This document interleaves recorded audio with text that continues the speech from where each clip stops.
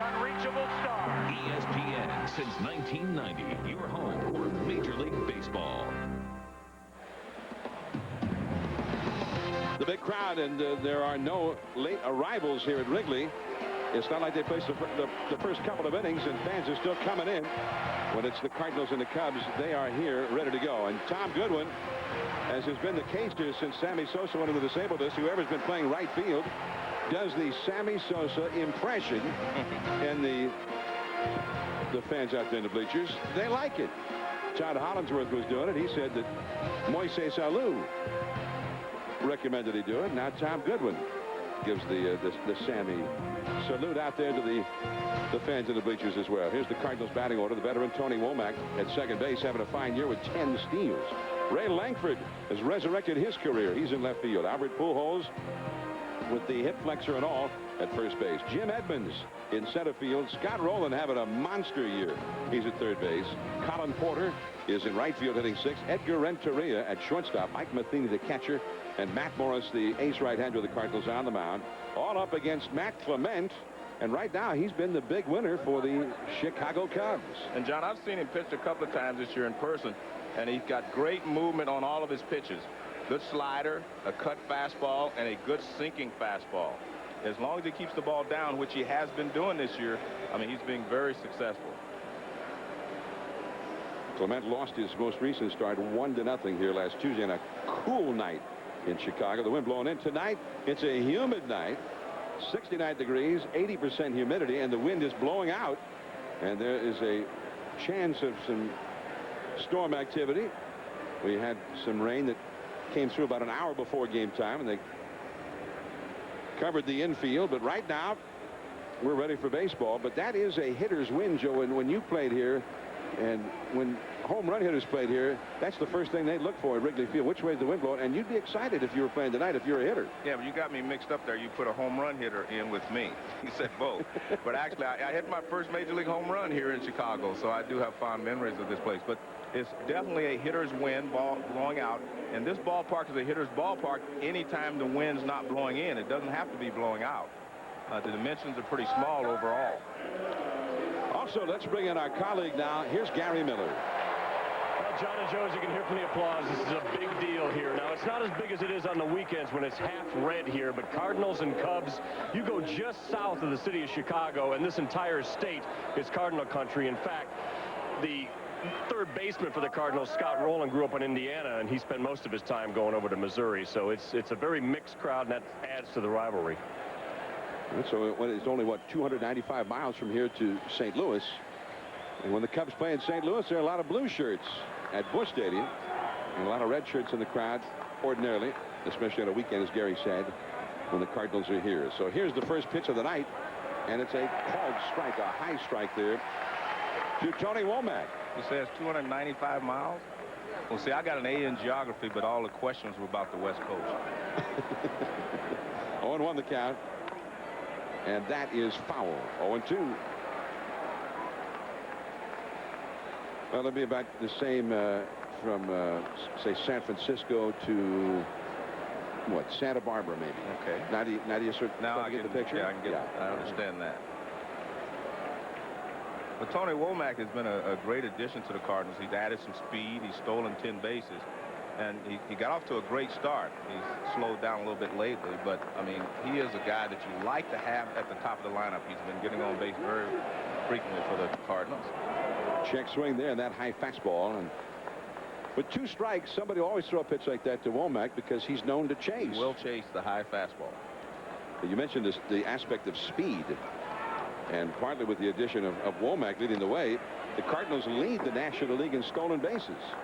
They are among the leading teams in the league in home run hitting. The Cubs are second in the league in that category, and the Cardinals are among the top 3 or 4. But they have 37 steals, and Tony La Russa says he's got a whole list of guys that have the green light when they're on first base. And that's the difference between the two. The Cubs do not run. You know, they hit home runs, as you mentioned, but they do not run and do not often steal bases. Struck him out. Well, he did chase at this time the high fastball. And this is definitely by design because Clement has been keeping the ball down in the 2 starts I saw, and even the first couple of pitches to Womack. But here it is, a high fastball right at the top of the strike zone, and Womack cannot catch up with it. But again, Clement throws very hard. A lot of movement on all of his pitches. And you don't think of Clement as a strikeout pitcher like you do Kerry Wood or Mark Prior, but he has 54 strikeouts now in 53 2/3 innings. Well, one of the reasons because he throws that sinker a lot, and he gets the ball down. And there's ball 1 to Ray Langford, who bluffed the bunt. Ray Langford hitting .267, 4 homers and 8 runs batted in.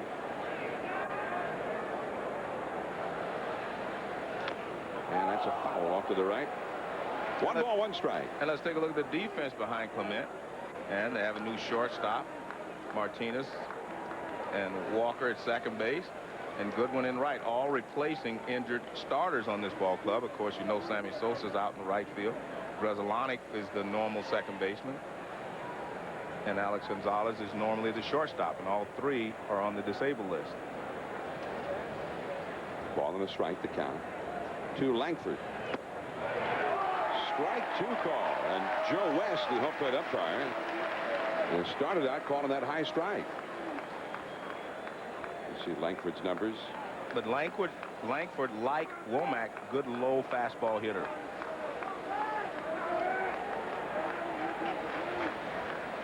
One and 2. And he went up there again. This ball is fouled off to the left.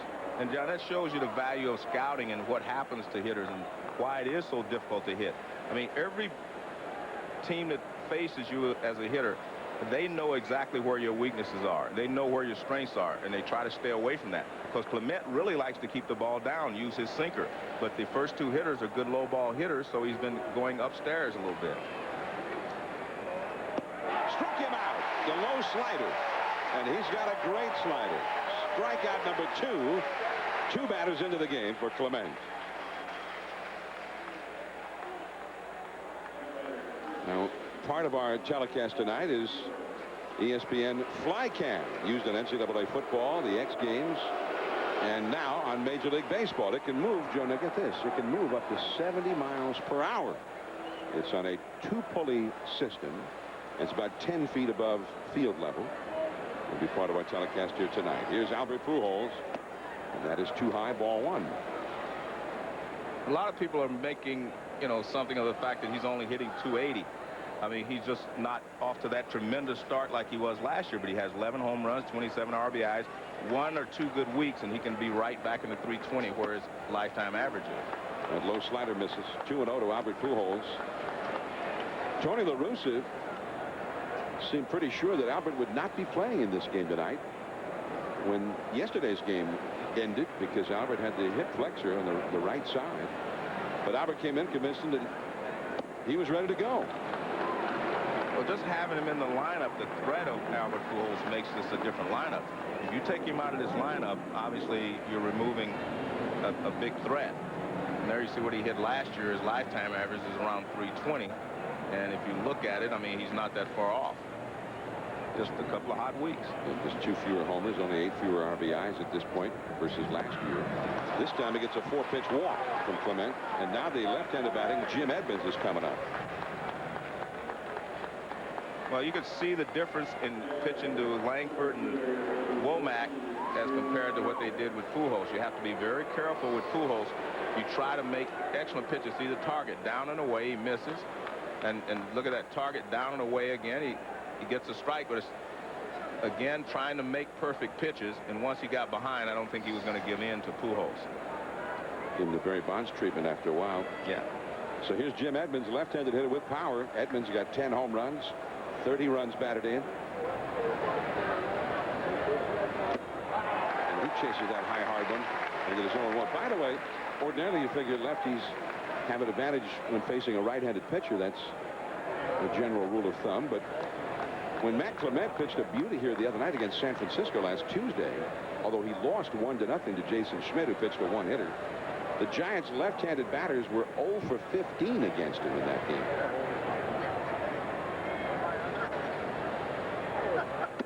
And that is, where'd that one miss, Joe? Well, he has so much movement on his pitches sometimes that it's hard to judge whether it hits the strike zone or not. Well, Joe West got that one correct. K-Zone said, yeah, inside. What are you guys talking about? My apologies to Joe West. What were you talking about? I didn't bring it up.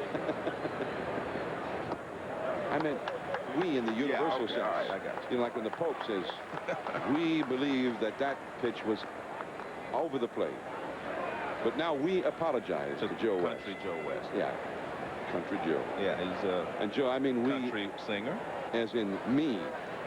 Joe's not apologizing. He didn't say anything. 2 down. Pujols the runner at first. Jim Edmonds, dangerous left-handed slugger. The wind blowing out tonight. Too high. But they have made a concession here because normally, you know, Scott Rolen has been hitting fourth. They had dropped Jim Edmonds down in the lineup a little bit.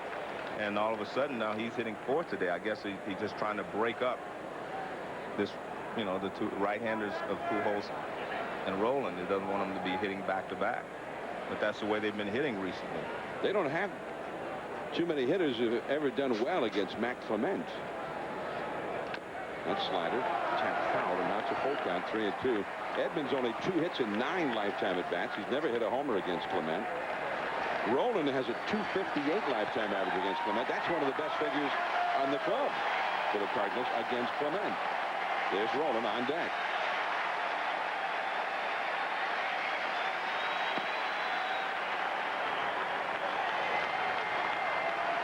Derek Lee at first, plays behind Albert Pujols. There goes Albert. A slider, he just got a piece of it. Still 3-2.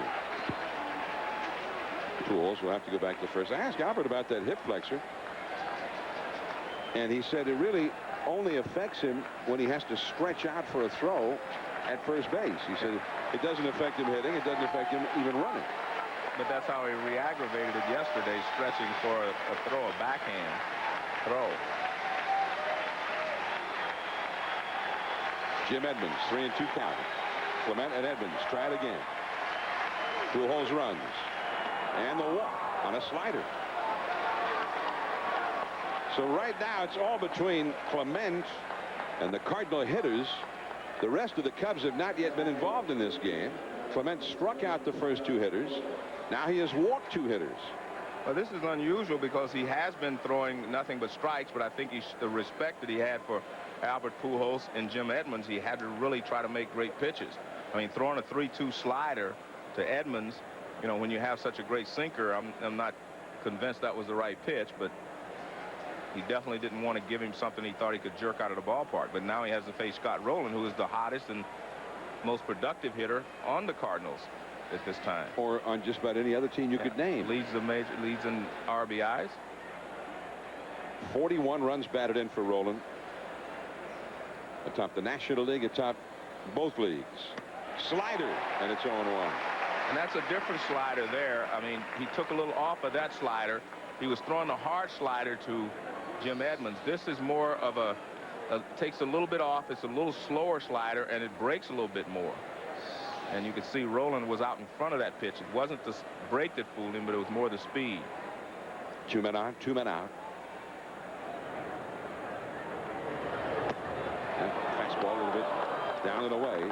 1 ball, 1 strike.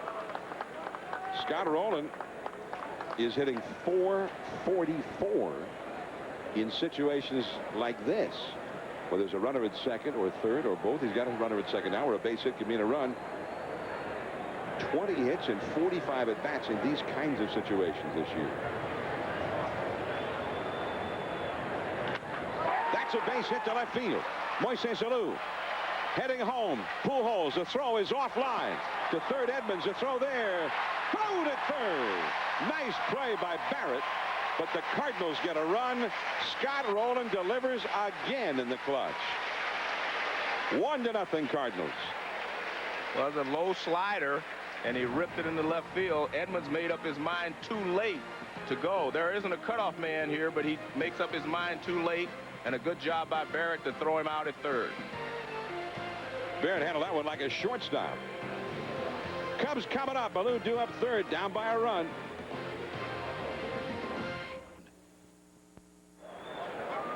Cubs trailing 1-0 as they come to bat here. And here, go Cubs on ESPN. Do they mean go Cubs as seen on ESPN, or do they mean go on ESPN? I think as seen on ESPN. All right. Because they're definitely on ESPN tonight. There's no question about that. Tom Goodwin will lead off in right field. Todd Walker at second. Moises Alou, he's been hot in left field. Aramis Ramirez, he's also been hot. Big RBI man for them. Third base. Corey Patterson at center. Derek Lee, the former Marlin, at first. Michael Barrett, the catcher. Ramon Martinez for the injured Alex Gonzalez at short. Matt Clement, the pitcher. And there is the right-hander Matt Morris. He was an 18-game winner for the Cardinals last year. Well, Matt Morris is a guy who won 22 games in 2001. He used to be overpowering with a great curve. He has lost some of his velocity, but he still has a great curveball. He changes speeds, and he says he's a much better pitcher now because he doesn't try to overpower hitters. Tom Goodwin in there, and he bounces it foul. Goodwin playing in right field rather than Todd Hollinsworth. And that's partly because Goodwin has had some success against Barrett, or rather against Morris. And as is the case with Clement, not many guys do well against this particular pitcher. But Goodwin has had 5 hits in 10 at-bats in his career. So Dusty's hoping that that'll hold true here today. Todd Hollinsworth only 2 for 15 lifetime against Morris, so he's out. And that's up and away for a ball. 2 balls, 2 strikes the count to Tom Goodwin. Here's Dusty Baker, Cubs manager. Breaking ball, bounce foul off to the right. 2-2. And let's take a look at the defense behind Matt Morris. Gold Glove winners Scott Rolen and Edgar Renteria on the right side, on the left side. Tony Womack has a lot of range at second base. And Jim Edmonds, of course, wins Gold Gloves in center field also. So it's a good Cardinals defense. Knocks a full count to Goodwin. Now, one thing that has plagued Matt Morris this year more than at any other time in his career is the long ball. Right. He's been hit hard with the long ball. That curveball right past third base hit. Langford, who was playing him near the line, will hold him to a single.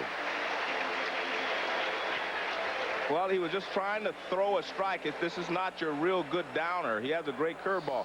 He was just trying to roll this one up there so he could roll it in the strike zone. It stays out of the strike zone, but Goodwin does a good job of slapping it the other way. That was just trying to get an out curveball. It wasn't trying to strike him out.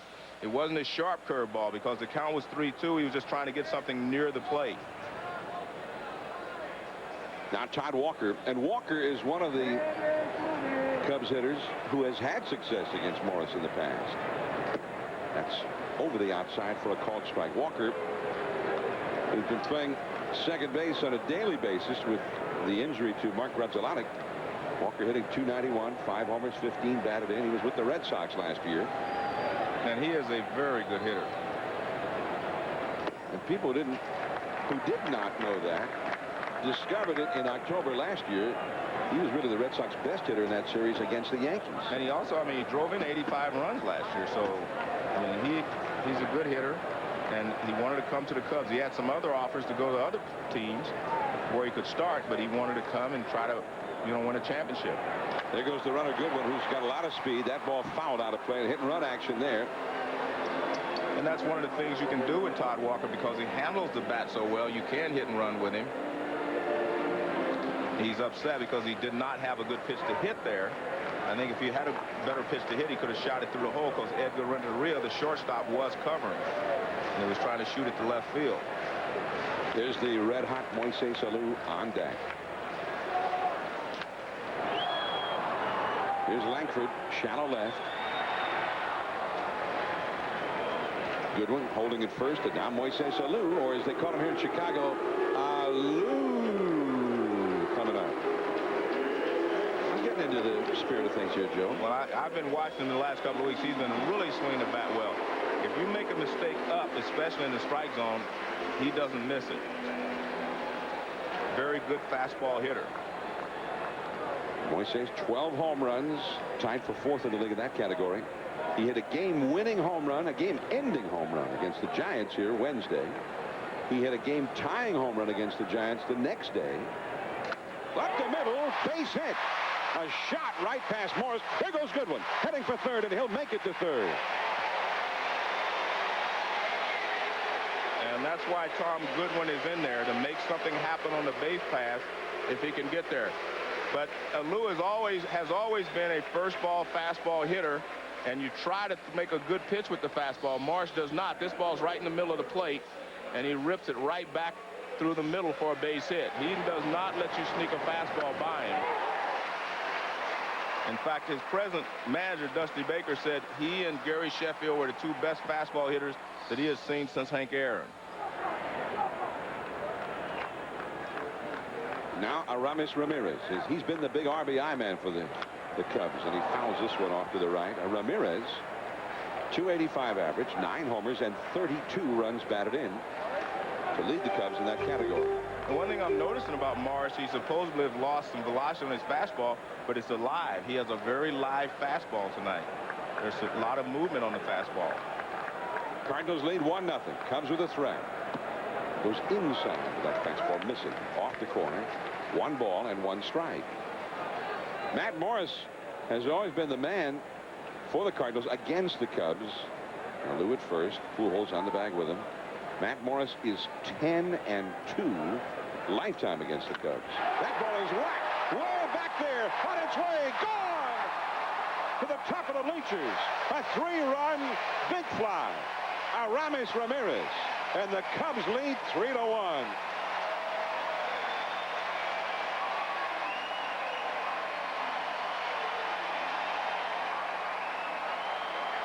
Well, John, you had mentioned that Morris was giving up a lot of home runs. That's the 15th home run he's given up this season. And this is supposed to be, it's another fastball. This one is tailing in a little bit. And I mean, Ramirez got the barrel out there very quickly. Watch the target. It's inside. I mean, he hits the target. So it wasn't anything about location here. Look at this. Target's right there. He hits it. And Ramirez hits it. To deep first. Pujols has it. Morris covering, and Corey Patterson is retired on 1 pitch. Out number 2 in the inning. And one of the things that Morris has said is that, you know, before when he had the great fastball, guys would foul some of those pitches off. Now that he's lost a couple of miles on the fastball, they're not missing him, and that's why he leads the league in home runs, giving up home runs. He has now allowed 15 home runs in 64 innings pitched, which is just remarkable. I mean, he's on a record pace for home runs. And I was very surprised. He threw him a great fastball to Ramirez on the outside corner. He fouled it away, and then he came off the plate inside, and he came back inside again. I don't know why he didn't go away again. Derek Lee, he went in on Lee with a fastball, and he had a big rip at it, fouling it straight back. Aramis Ramirez now 10 home runs and 35 runs batted in. And again, that was not a mistake. They had the target set inside, and he hit the glove. Well, he would have hit the glove. he was hoping to hit the glove, but instead it hit the back of the bleachers. Ramirez, the former Pirate, off to a great start for the Cubs this year. I remember Sparky Anderson asked Johnny Bench once at the mound. He says, how's he throwing? Johnny says, I don't know. I haven't caught one yet. Since 1950, there's been only 1 Cubs third baseman to have 100 RBIs. That was Ron Santo, who did it 4 times. Ramirez had 106 RBIs last year, but he spent 2/3 of the season with the Pirates before he came to the Cubs. There's Ron Santo.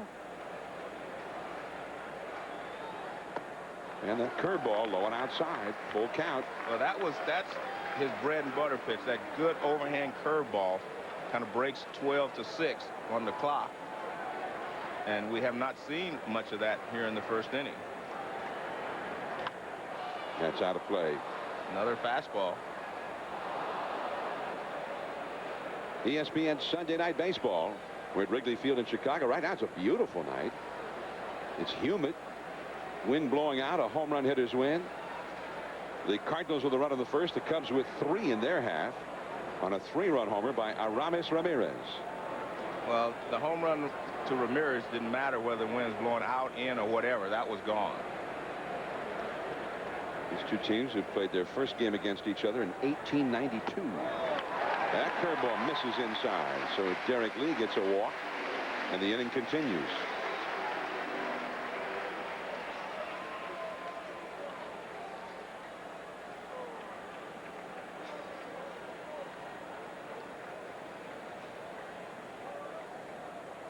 2,165th meeting between these two ball clubs over the years. And there were teams in both Chicago and St. Louis when the National League first began in 1876. And those two teams played the first shutout game in National League history. But those were not the Cubs and the Cardinals. Ultimately, the St. Louis team dissolved, and then the Cardinals came into being in 1892, and that's when these two teams started to play one another. There goes the runner as Barrett drives one deep to center field. Back is Edmonds over his head up against the ivy. Lee rounding third. He's heading home, and he will score without a throw. A double for Barrett. 4 runs are in for the Cubs.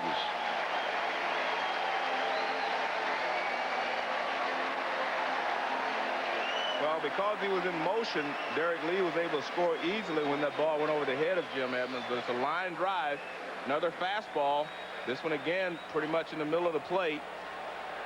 And Barrett just kind of hits a line drive straight away center field, and Edmonds does not have time to get back on it.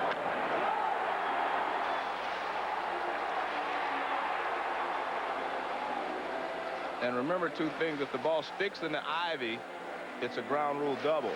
If the ball comes out of the ivy, you have to play it. There was one that got stuck in there in yesterday's game. Yeah. And that would have cost the Cubs a run if it had stuck in there this time. Correct. Now Ramon Martinez. He's been playing every day at short in the absence of Alex Gonzalez, and the big curveball in there for a called strike. And Ramon got off to a very fine start offensively, but lately he's fallen upon hard times. Only 1 hit in his last 17 at bats. And the curveball. Scott Rolen from deep third. There's the long throw. Made it look easy, as he will. But the Cubs put 4 on the board. 4-1, the Cubs lead. The Cardinals coming up in the second.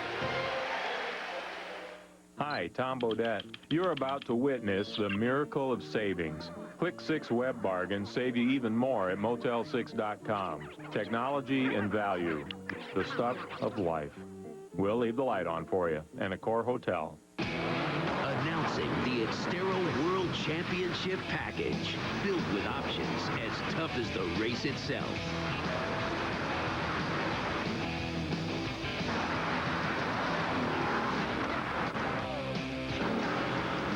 Now get 16 powerful options and save $2,860 with cash back. The Xterra World Championship Package. Water not included.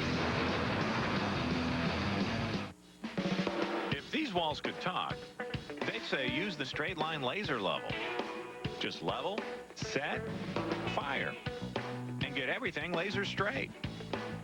Laser level, part of the straight line laser tool family. You don't hear this phone ringing?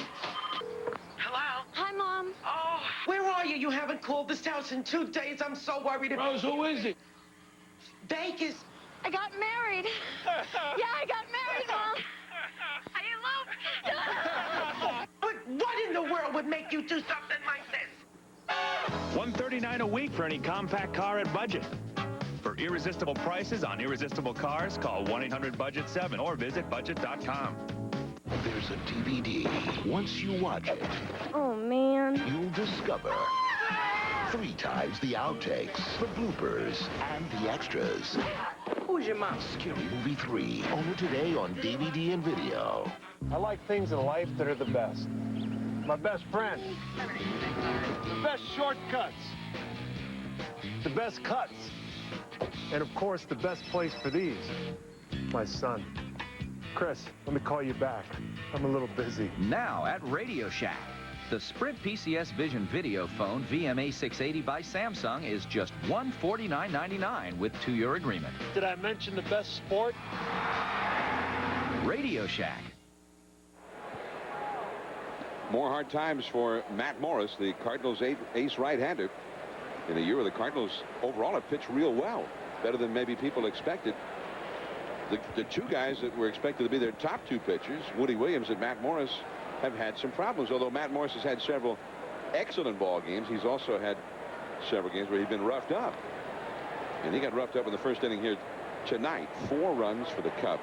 Well, I don't think they let him get into the flow. By that, I mean where he was changing speeds and pitching. He just used his fastball most of the time. Colin Porter, and it is 0-1 as he faces Matt Clement. Porter, in 32 at-bats, has a .344 batting average.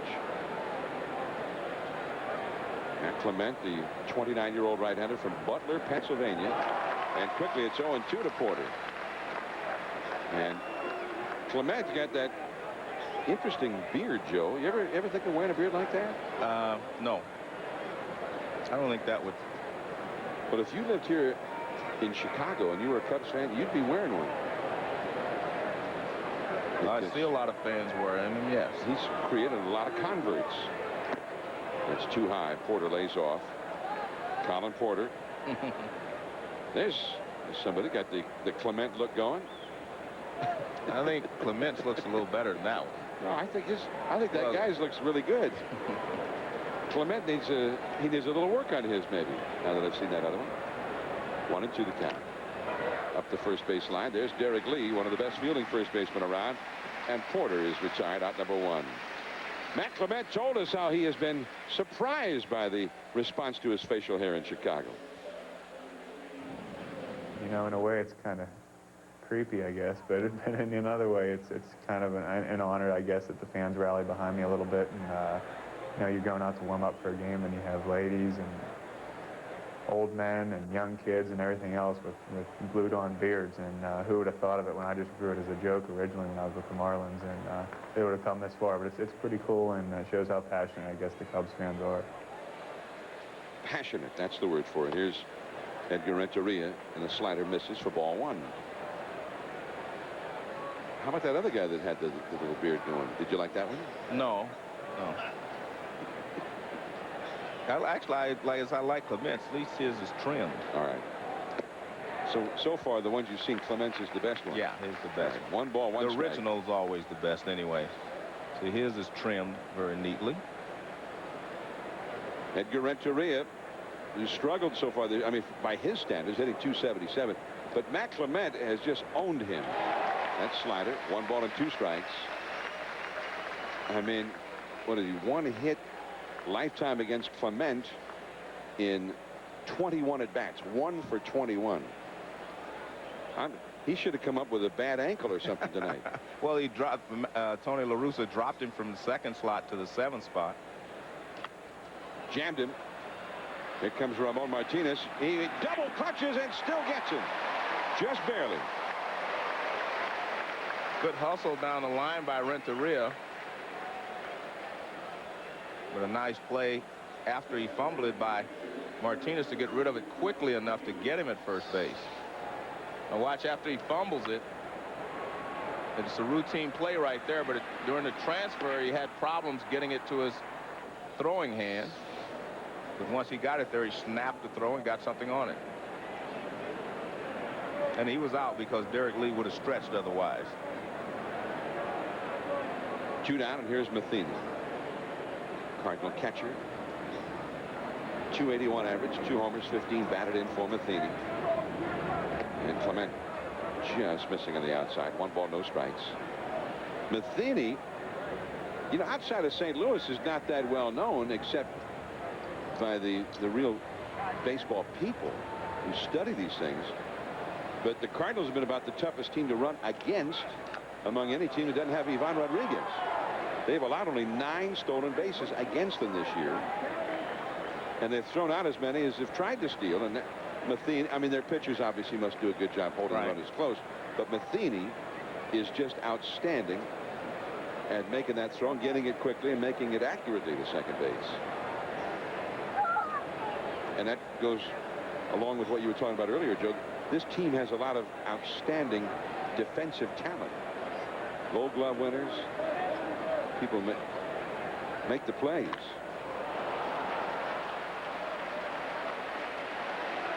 Corey Patterson. 3 up and 3 down.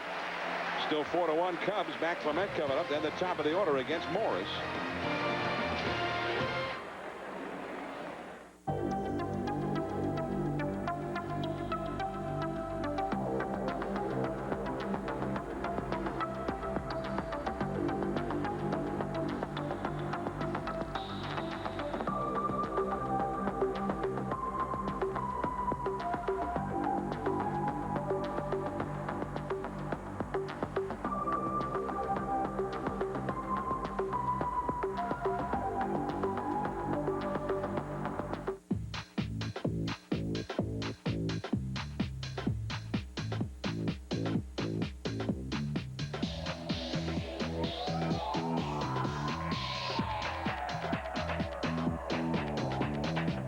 coast to coast.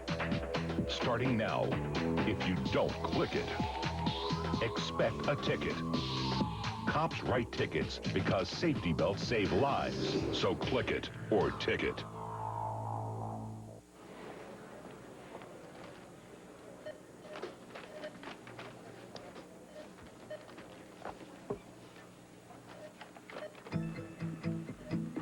Your whole life can change in an instant. Are you ready for this? Now you can be. See your State Farm agent and plan your financial future with the company you trust. We live where you live. My lawn is really by pride and joy. I know it's weed-free. I know it's dandelion-free. I do it by using Scott's Turf Builder Plus 2. The light granule sticks to that wet leaf much easier than a heavy granule, which would fall off. It doesn't stick. It just doesn't work. I think it's the greatest product ever made. Inside every can of Minwax is the secret to enhancing wood's natural beauty. Minwax's rich wood stains and long-lasting protective finishes make it easy to turn any house into a beautiful home. Minwax, making wood beautiful for 100 years. Sunday Night Baseball, Cubs 4, the Cardinals 1. We're at Wrigley Field. Tomorrow night, Monday Night Baseball on ESPN, the Houston Astros and the Cincinnati Reds. And the Reds are on a roll. They've won 8 of their last 9. They beat the Astros today. They're in first place in the Central Division right now. Ken Griffey Jr., home run today. He's got 31 RBIs. And look at that.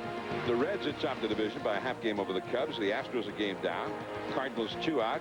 The Milwaukee Brewers beat the Pirates. Everybody's alive in the Central. Certainly the Central, a division about which they made jokes in the last few years for being one of the weakest divisions around. Right now, it's looking like the strongest division in the National League, maybe the strongest from top to bottom in both leagues. They have a great record when they've been playing outside the division. Tomorrow night, Dave O'Brien, Rick Sutcliffe, Gary Miller in Cincinnati as Matt Clement hits one down the left field line.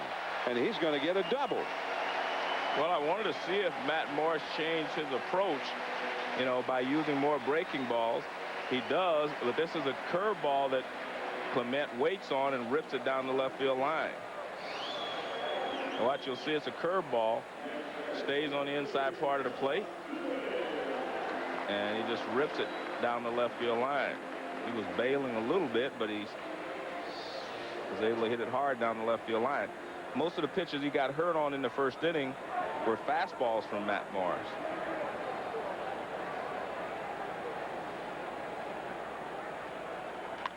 To the right side. Clement heading for third, and here's the throw to third. A bad throw, but they get him anyway. Nice pickup. Rolen saves the day again as Tony Womack hurried that throw and threw it in the dirt, but Rolen, no problem for Rolen.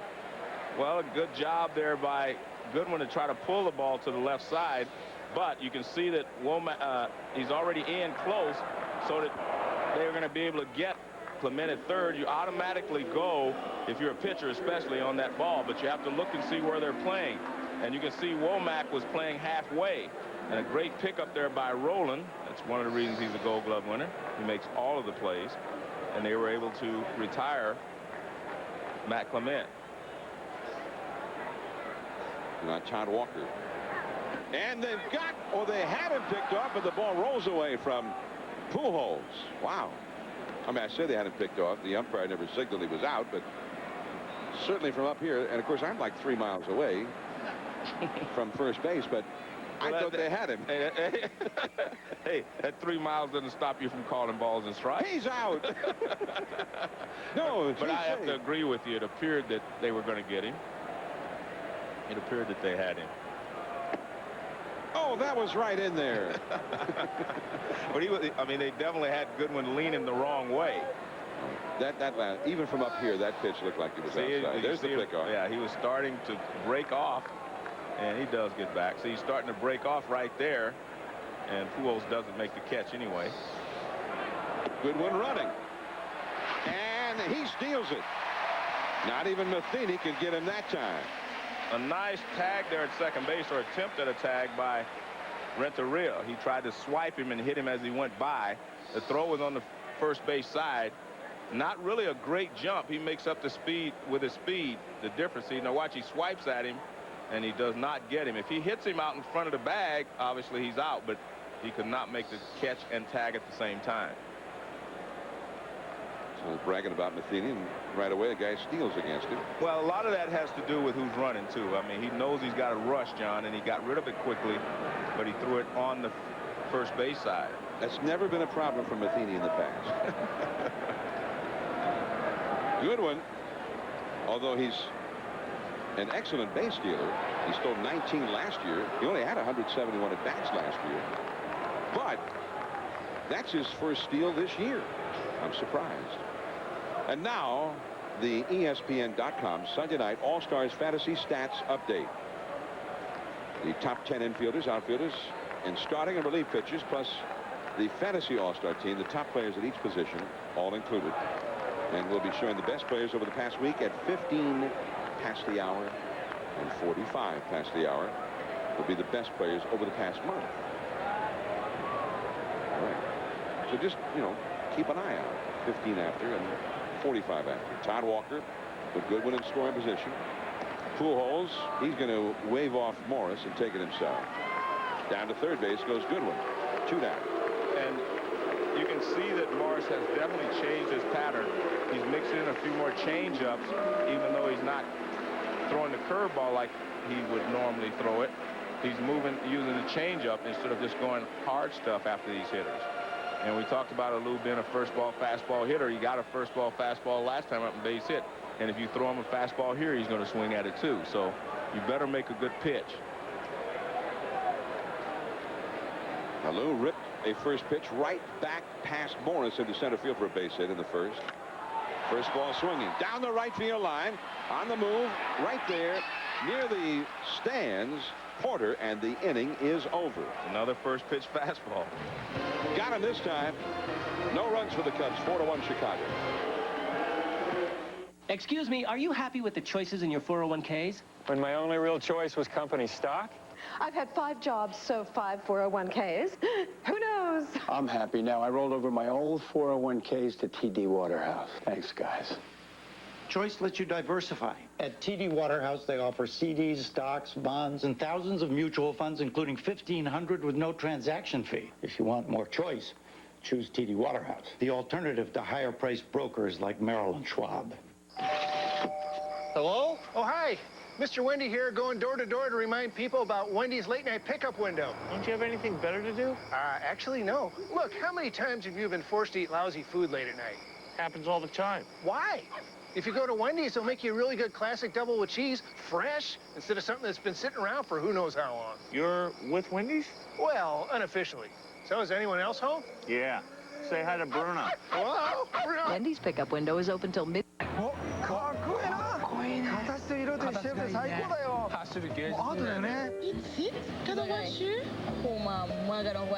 Tu as belle, oui? Ah, det är en fantastisk bil. Den är grym. Oj. What have we?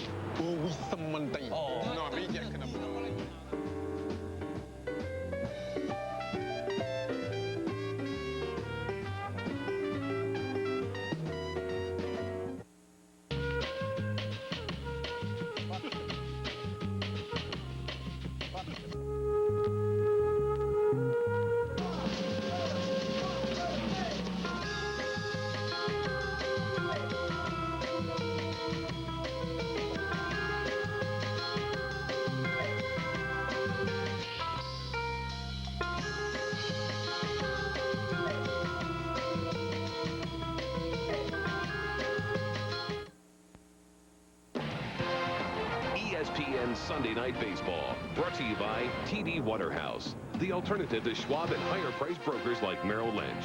And Wendy's Classic Hamburgers. It's better here.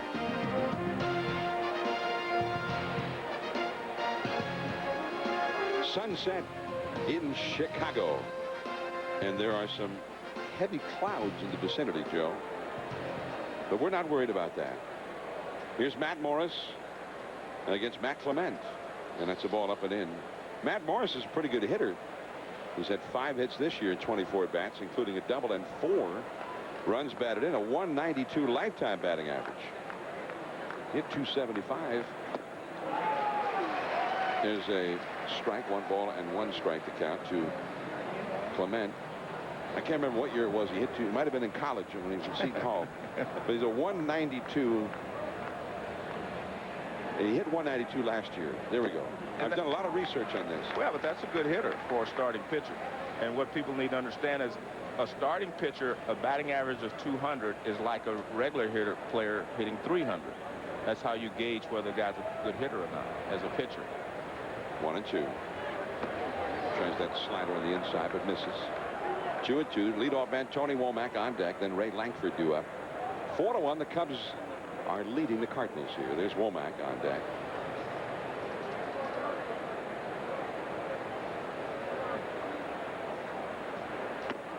And that slider was too high. Now, this field is a little bit waterlogged right now. There's been a lot of rain through the week here, although it had not affected the games themselves. They haven't had rain delays or anything. But it's a little spongy, a little slow in that outfield. And you may have seen that already on some balls that have gone to the outfield. Well, that's not promising for Clement to walk the pitcher to start the inning. Now let's go to Gary Miller. John, we heard from Matt Clement last inning. He talked about the fact that he had the beard as a Marlin because all the other pitchers did down there. He brought it with him here. He was going to shave it off, and his teammates told him not to. And he kept it on. And it really caught on as a trend last playoff against those Marlins. Guys outside the stadium spent half a day putting one together with double-stick tape and some sort of fur. They were selling them for $3, and this being the home of the Chicago Board of Trade, there were industrious entrepreneurs out there. They were buying them for $3 and reselling them for $5 on the street. Well, obviously we didn't get one. There's Womack showing the bunt and taking a ball. Well, I finally saw one that looked better than Matt Clement's. Yeah, which one? That young lady. It looked better on her than it did him. They had his and hers. Yeah. Tony Womack struck out his first time. Third baseman Aramis Ramirez playing very shallow. Derek Lee over at first playing behind. There's Ramirez at third. There's that bunt. Clement barehanded pickup just in time, and Derek Lee had to catch that low throw and then get out of harm's way as Womack was speeding up the line. And you try to bunt that closer to the line, but this was bunted back toward the mound. You try to get it down here. If he gets it down there, it's a base hit easily. But a good job by Clement, and he shows how strong an arm he has, and he's able to get Womack in a nice play, as you mentioned, by Derek Lee to grab it and get it out of the way. And, you know, one of the things I'm starting to worry about, John, I see Joe West go out very quickly there after Barrett went out to talk to Clement. That tells me that they think there's some weather in the air. They're trying to move things along very quickly. Here's Ray Lankford. Here's Joe West. Lankford struck out his first time. He's had success in the past against Clement. Although Clement, the last 2-3 years, there's some guys who used to have success against him who don't any longer. Well, he's changed his pattern. He was basically just a fastball pitcher, and he was a little erratic, so you could always sit on a 2-0 fastball. Now he gets ahead of you, and he throws the cut fastball, the slow slider, and the hard slider, and he'll mix in an occasional changeup. Didn't the hard slider have another name? Slide piece? Yeah, that's it. And actually, Gary Matthews coined that phrase for me, and he's downstairs today, coach for the Cubs. That ball is driven down the right field line, going back. Goodwin on the warning track. He's got it right in front of the ivy. Morris goes back to tag up. Walker relays it over to third too late. And Tom Goodwin needed all of his speed to go back and get that one. Well, that's one of those that if Lankford gets it up high enough, the wind could help it, and that ball would get out of here. This is more of a line drive, and he doesn't get it up high enough where the wind can help. And Goodwin's able to run it down. And a good base running play by Matt Morris to go back and tag up. I mean, you could have just stayed halfway, but he did a good job, went back and tagged up. And I've said this on occasion that there are at least 9 different ways you can score from third with 2 outs that you couldn't score from second. So he does help his team by moving over to third base. Here's Albert Pujols. I've been working on that too, Joe. I'm up to 7 now. Oh, yeah. Yeah. Won't be another 2-3 years. You'll have all 9 of them. Okay. Yeah. I actually got that from Maury Wills. We were having a discussion about that once. Albert Pujols walked his first time. And a pop foul back out of play. We're talking about Tom Goodwin and his speed and how quickly he went back in that drive hit by Langford. Let's have a look. And again, you got to remember that the wind is pushing it a little bit, but if you get it up high enough, it'll really push it. And the momentum carries him into the ivy. He comes back and throws. And again, Morris did a good job of tagging up and getting it over to third base. Puts a lot more pressure on your middle infielders and all your infielders when a runner is at third base with 2 outs rather than second base. Second base, you just try to get in front of it and knock it down. When he's at third, you have to make the play.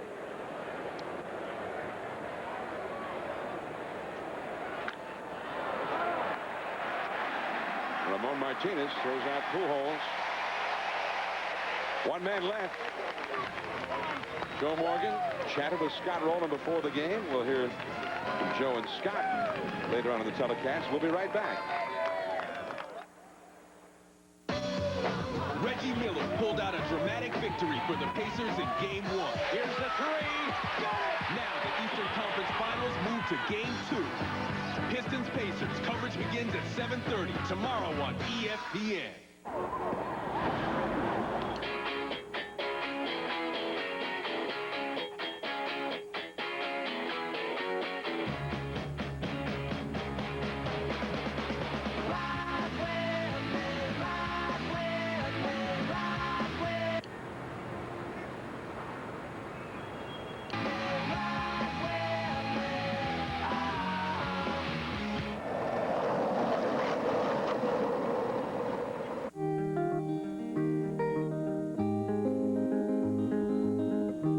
The backyard has a fence.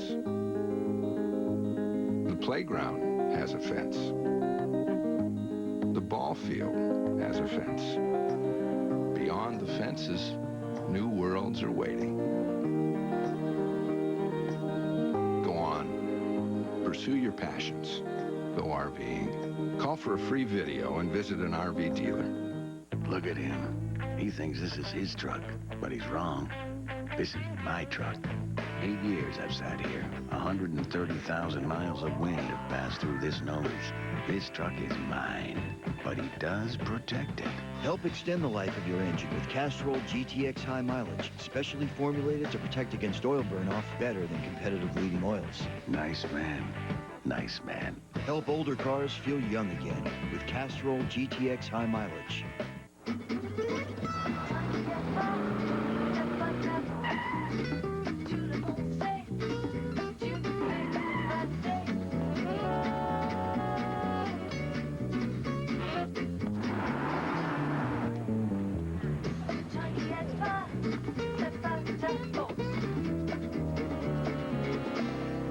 People see eye to eye on luxury. The Lincoln Town Car. Travel well. People in Chicago used to want to be like Michael Jordan. Now they want to look like Matt Clement. Everybody. I'm John Miller, Joe Morgan, Gary Miller, your Sunday night telecasters. Now those were great-looking beards, Matt Clement beards. Looked a lot better. They looked, I couldn't even tell them apart from Matt Clement. Here is Aramis Ramirez, who hit a home run his first time, a 3-run shot, and he's got a first pitch single this time against Matt Morris. He's 2 for 2. One of the things that, I said about Matt Morris, if he's going to change his pattern. Well, he changed it there. He throws him a curveball, but because he hit a home run off the fastball last time, he goes up there looking for the curveball, and he got it. And he gets a base hit, but at least he kept him in the yard this time. Well, it's been rough going for Matt Morris early on. Corey Patterson grounded out his first time. He drops a bunt. Here's Rolen, barehanded pickup. Patterson's got great speed. And although Rolen made quite a play and a good pickup at first by Pujols, Patterson has himself a hit. Well, that's the difference between what Womack did and what Patterson does. He gets his down the line here, and that's where you want it. Now it's a longer throw for Rolen than it was for Matt Clement when he ran out and picked it up. See, now this is a long throw. He has to throw it all the way from the foul line to foul line, and he's not able to get Patterson. Nice pickup at first base by Pujols, but not in time. Derek Lee And that's too low for ball one. And that's something they've wanted Patterson to do more of, John.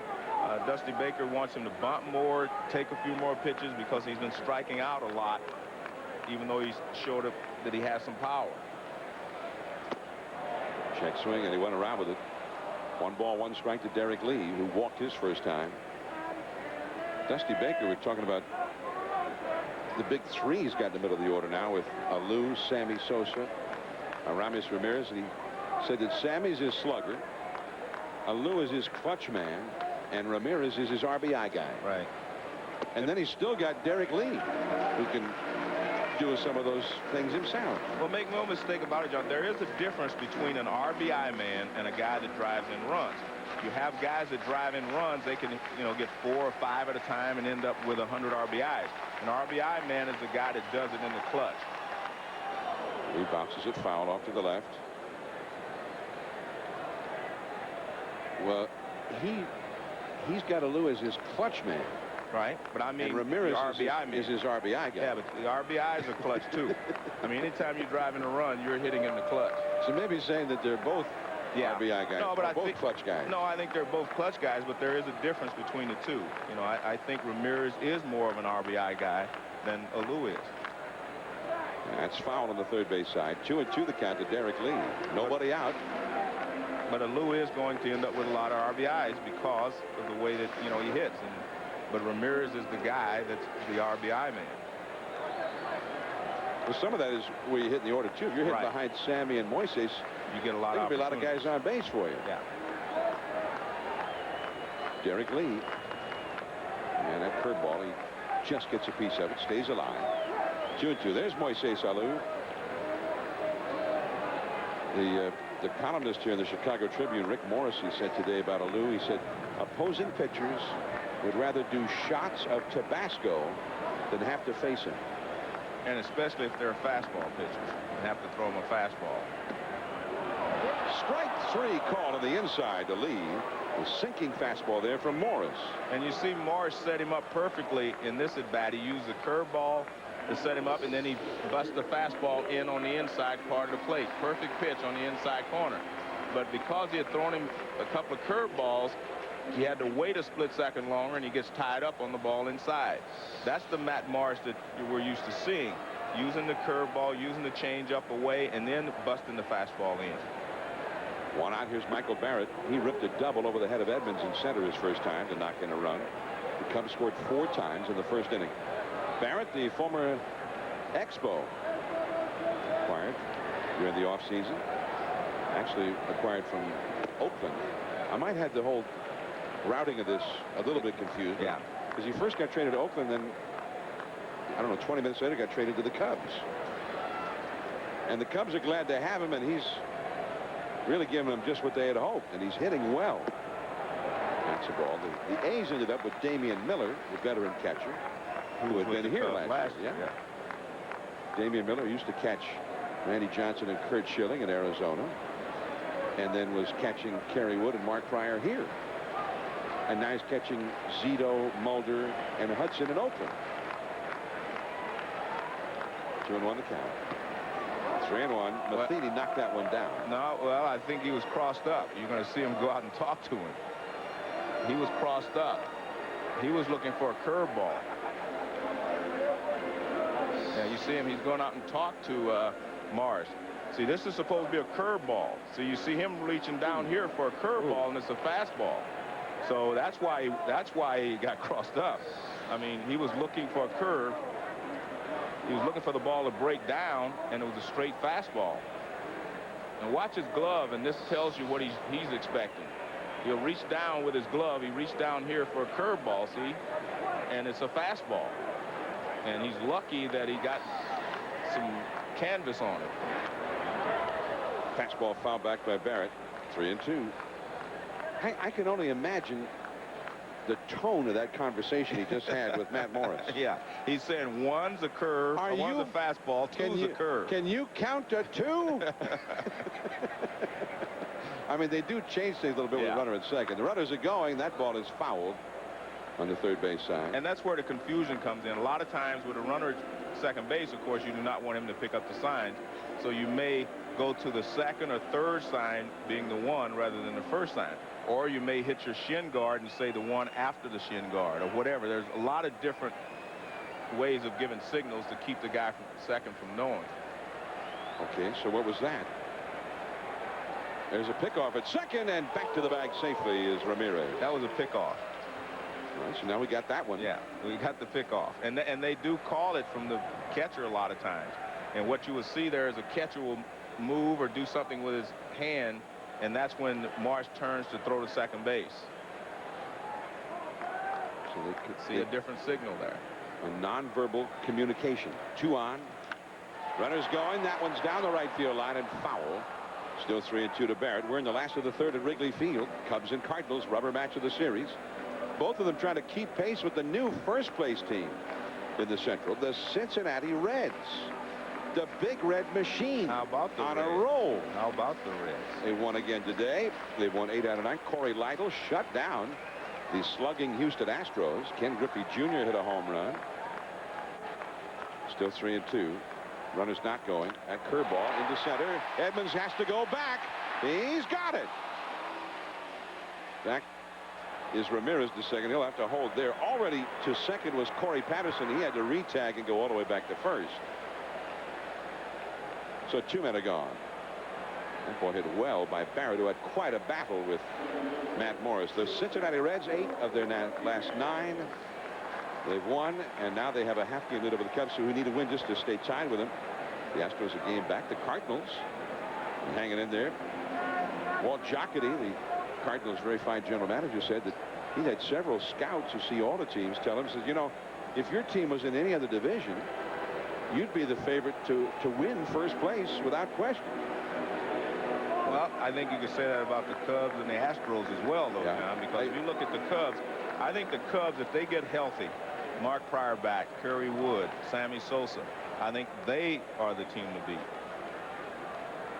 Music, music to the ears of Cubs fans everywhere. Yeah, but they have to get them all back. They have, and that's been a problem. There's a strike, a changeup over the outside to Ramon Martinez. 2 on and 2 out. Then you can definitely see that Matt Morris changed his pitching pattern. You know, after getting roughed up in the first inning on all those fastballs, he is throwing a lot more changeups and mixing in the fastball. On the move, Colin Porter. He's got it. And with 2 out and nobody out, Morris was in trouble, but he got through it. 2 men stranded. Still 4-1.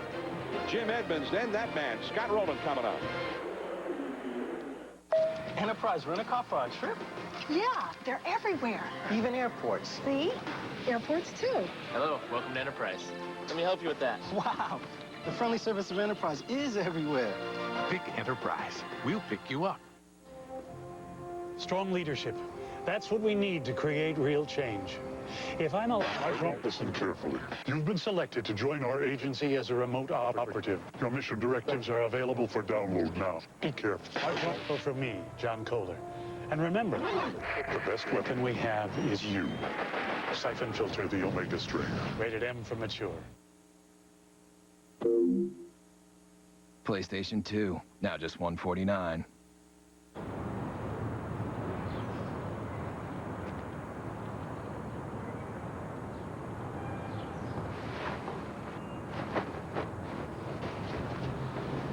Introducing the totally redesigned Kia Spectra. The only car in its class with 6 airbags, a 10-year warranty, and at around $13,000, it's a car you can afford to love. Now get $1,000 cash back, plus a $1,000 competitive bonus for qualified buyers. When it comes to athlete's foot, this is the latest. This isn't. Lotrimin Ultra, the latest prescription strength medicine available without a prescription. The latest cure, so ultra powerful. 1 use a day is all you need. Nothing's proven stronger or faster. Lotrimin Ultra. Now, when you stay at Ramada, you'll earn points towards the things you really want with the largest hotel rewards program ever. Trip Rewards. Think of it as a gazillion more reasons why Ramada is a very good place to be. In 1980, America needed hope. It got a hockey team. This is something that this country is ready for. 20 rivals. Who do you play for? Boston University of Wisconsin. Have 6 months to become a team. Where are you from? I'm from wherever's not going to get me hit. Now, 20 kids will begin the journey of their lives. Who do you play for? United States of America. And take a nation with them. This is your time. Miracle. Only today on DVD and video. Now, that is not a mountain range out there beyond left field, Joe. There's some big clouds in the vicinity, impressive-looking clouds. And you know what I thought I saw a few minutes ago? As you see the clouds now settling in over the top of Wrigley Field, these dark-looking clouds. Here is Jim Edmonds, the cleanup hitter against Matt Clement. And he takes a fastball for a called strike. Edmonds walked his first time. Scott Rolen on deck. A little while ago, I thought I saw some lightning. I missed that. That's because you're always watching the pitcher and the batter. Not me. I'm not locked into just that. Edmonds chasing that high one, and now he's behind 0-2. Edmonds has been striking out a lot. He struck out now 47 times this year. He's had 153 at-bats. There's that cut fastball, high and tight. That spins him away. 1 ball, 2 strikes. Cardinals got a run of the first inning, driven in by Scott Rolen. Clutch 2-out hit. But the Cubs responded with 4 in the first against Matt Morris. 4-1 Chicago. We're in the 4th. In the dirt for a ball. 2-2 the count. There's Scott Rolen on deck.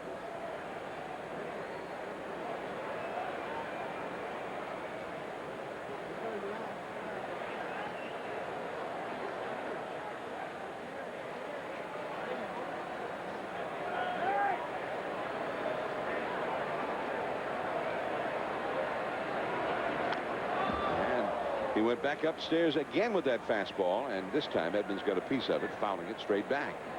2-2 the count.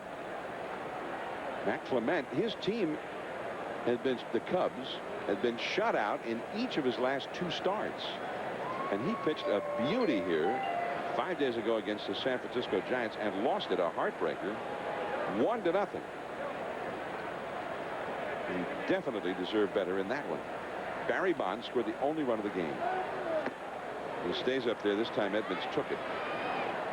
3-2 the count. Clement 8 innings that game, 1 run, 5 hits allowed. Meanwhile, the Cardinals usually score a lot of runs when Matt Morris is on the mound. Only 1 tonight against Clement, who's been one of the toughest in the league. Struck him out. 1 down, and Scott Rolen is coming up. Scott Rolen chatted with Joe Morgan before the ball game, and Joe, let's listen in. You know, the one thing that I like about your game is you're a complete player, because that's the way I strive to be, and my dad always wanted me to be a complete player. I mean, you play great defense, you're a great hitter, but people forget how good a base runner you are. Which part of your game did you have to work the most on? Well, I probably have to work the most offensively. I think most guys have to work the most offensively. I mean, there's some very natural hitters in the game. You got A-Rod and Barry and Albert, you know, Jimmy Edmonds. You know, these are natural hitters. They work hard too, don't get me wrong. But I don't think it comes as easily to most people as it does to those guys. So I have to work hardest at that aspect of the game, but I think I take the most pride in the other 2 aspects of the game, of the defensive part of the game and the base running part of the game, and just playing the game hard every day. That's what I strive to do when I go out on the field. I cannot guarantee myself a hit or 2 hits or anything else. There's so little that you can actually control on the baseball field, in my opinion. And the only thing that I feel like I really have a grasp of is my preparation and the effort that I put forth when I run out there. And I found it to be a very interesting guy. I mean, he's got a great understanding of what he's trying to accomplish on the field. And, you know, and he really strives to be a complete player. You know, he takes as much pride in his base running and his defense. As he said, those are the important parts of the game for him, as he does with his offense. He's averaging just about 1 RBI per game so far this year. Going back is Corey Patterson. And on the warning track in deep left center, he's got it.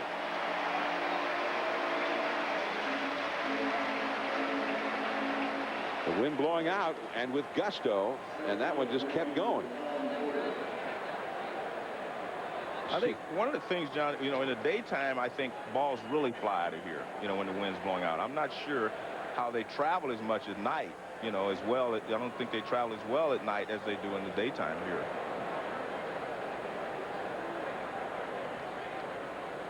Two down, and here is Colin Porter, who grounded out to first. His first time, and that is foul. 1-1 the count. We were talking about the Cubs. I mean, they're without Mark Pryor. He has not yet pitched for them this year, although he had his first rehab start Thursday night for the Lansing Lugnuts, and apparently that went well. Kerry Wood, meanwhile, and he's been on the disabled list. They placed him in the disabled list just the other day. He was going to throw a simulated game tonight, but 8 pitches into it, he had to shut it down. He had a little pain apparently in that forearm. You see, they got a lot of guys in the disabled list right now, including Sammy Sosa, their great slugger, and their numbers 1 and 2 starting pitchers. Right. Mark Bretzelanek, who's their starting second baseman. Alex Gonzalez, their starting shortstop, also out. Kerry Wood, by the way, they say now is going to have a bone scan tomorrow. And Porter is down on strikes. Clement makes short work of it. But even so, this Cubs pitching has been strong. Cubs lead 4-1. Catch the NCAA Super Regionals with ESPN College Grand Slam on pay-per-view. Order now. And cash or credit? Hey, bank one. I'm just really into whales. I love fish sticks. Find the card that fits you best. Oh, she's so cute. Bank One. Individual answers.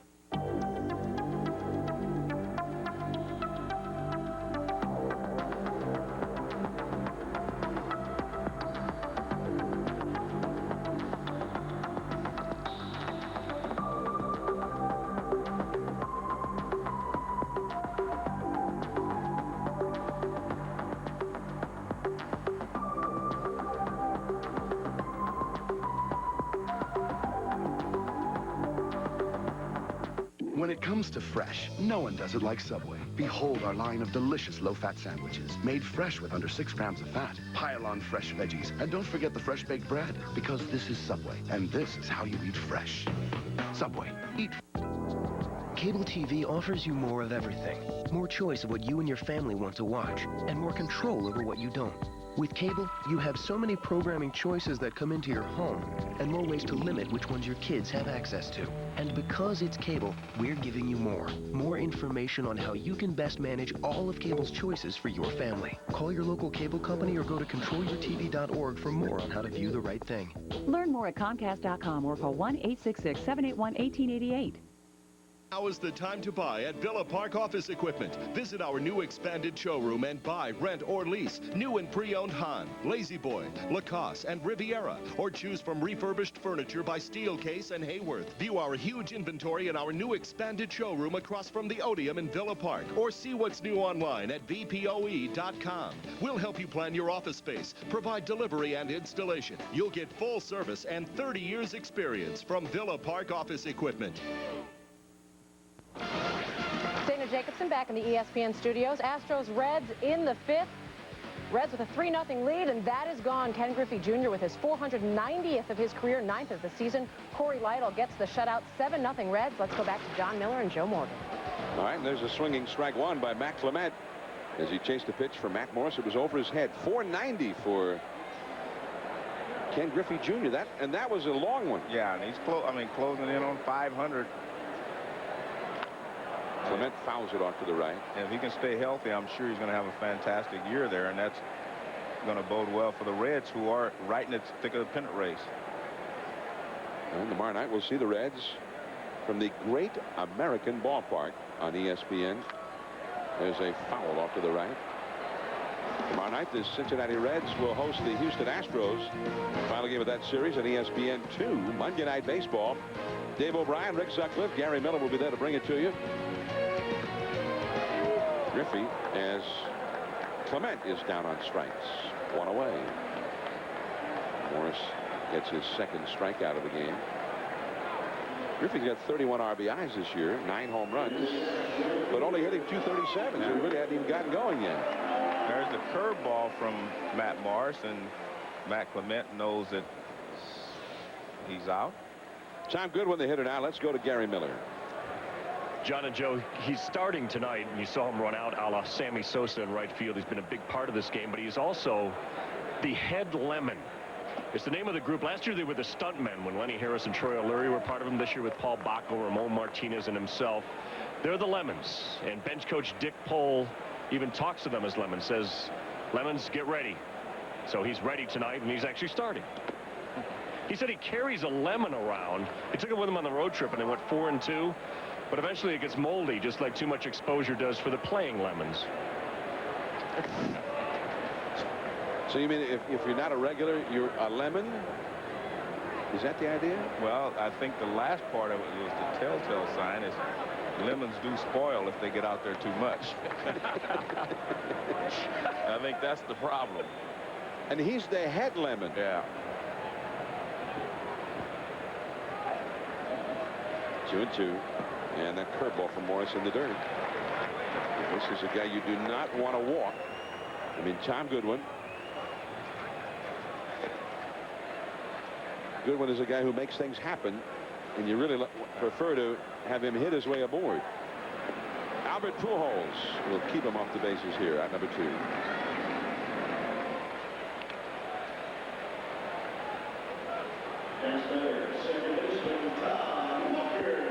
And Dusty Baker likes to keep the lemons fresh. So even when he does not have a lot of guys in the disabled list, those lemons will get periodic action out there. As Dusty says, he always wants the regular guys in the lineup. Right. But he says, what are you going to do? Somebody gets hurt, and then you got to put a guy in there who hadn't played in 2 months. No, that's one of the things Dusty Baker has always done as a manager, is get his guys on the bench some at bats so that they feel like they're part of the team, part of the, you know, the production of the ball game. No, you do not want stale lemons. Right. Or lemons that have just been sitting on the shelf for months at a time. 1-1 the count to Todd Walker. 1 ball, 2 strikes now. There are some Cardinal fans here tonight. You see him around town here in Chicago. When you walk down the streets downtown, you'd see Cardinal fans dressed in their red with the Cardinal hats. There is Matt Morris tagging out Todd Walker. And Morris has retired 6 in a row. Settled down a little bit. Top of the 5th inning. Renteria coming up. 4-1. The Cubs lead the Cardinals. If you're a disgusting, damaging, or destructive bug, watch carefully. 'Cause this is the last thing you're ever gonna see. Introducing new Ortho Bug Begone Max, the best lawn bug killer ever made. So strong, it kills bugs twice as long as the leading competitor. Not just 1 month, but 2 full months guaranteed. New Ortho Bug Begone Max. Lights out for lawn bugs.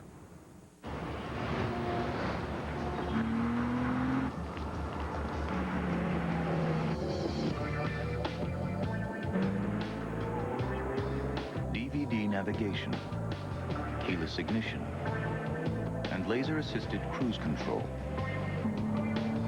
Are we getting ahead of ourselves? Or is everyone else standing still? The FX from Infinity. Let's be honest. By now, you've probably heard of Levitra.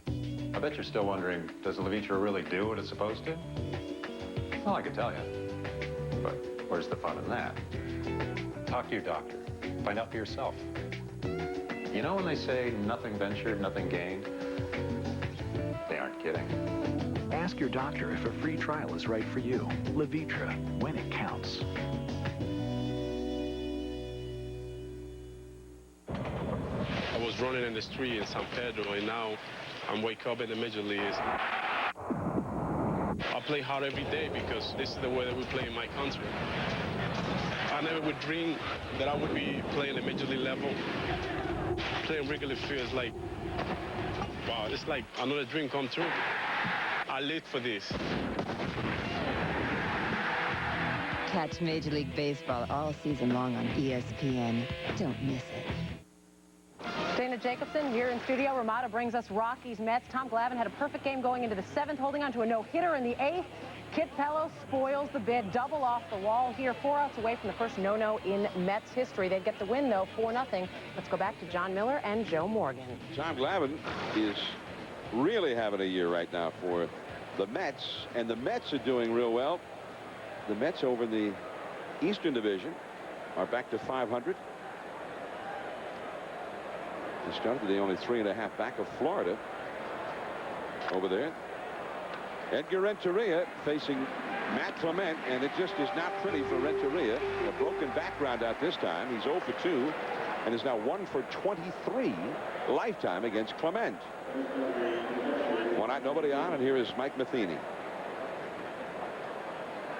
The Lowe's home team advantage. Matt Clement certainly has it whenever he is pitching here at Wrigley Field.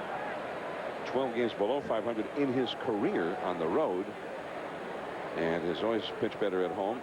But here in Chicago, 20 and 12 lifetime.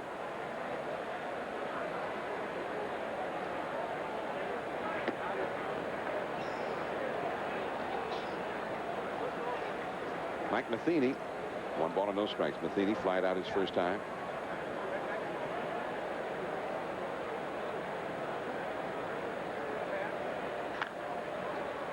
This is going to be a long throw from Martinez. 1 hop, and Derek Lee took care of it for him. And he did it so casually. I mean, he didn't panic. He knew he was going to get that big in-between hop, and he just waited on it. And that's why you win Gold Gloves. And what Martinez does here, he just tries to get the ball out of his hands quickly. He doesn't try to get everything on the throw. So he just tries to get rid of it quickly, hoping he can get a good bounce. But he gets the in-between bounce, and nice, relaxed hands by Derek Lee, and he's able to make the play. I mean, when you have Derek Lee, that's a real security blanket for any infielder. Right. I mean, literally, you just, on a tough play like that, that's all you have to do. Just get it over there in a hurry, and you figure Derek will take care of the rest of it. And he usually does. 0-1 the count to Matt Morris, who walked his first time. Cubs 4 runs, 7 hits. The Cardinals 1 run on only 1 hit. The only hit for the Cardinals was by Scott Rolen after Clement walked Pujols and Edmonds consecutively in the first inning. He knocked in a run. Well, she's on TV, and he doesn't even realize it. And she doesn't realize it. Nice sign. Now, Matt Clement apparently went to his mouth, and Joe West has called an automatic ball. Now West is hollering at Dusty Baker in the Cubs dugout. So it's 1 ball and 1 strike, although only 1 pitch has been thrown here to Matt Morris. And that's out of play into the upper deck. 1 ball and 2 strikes.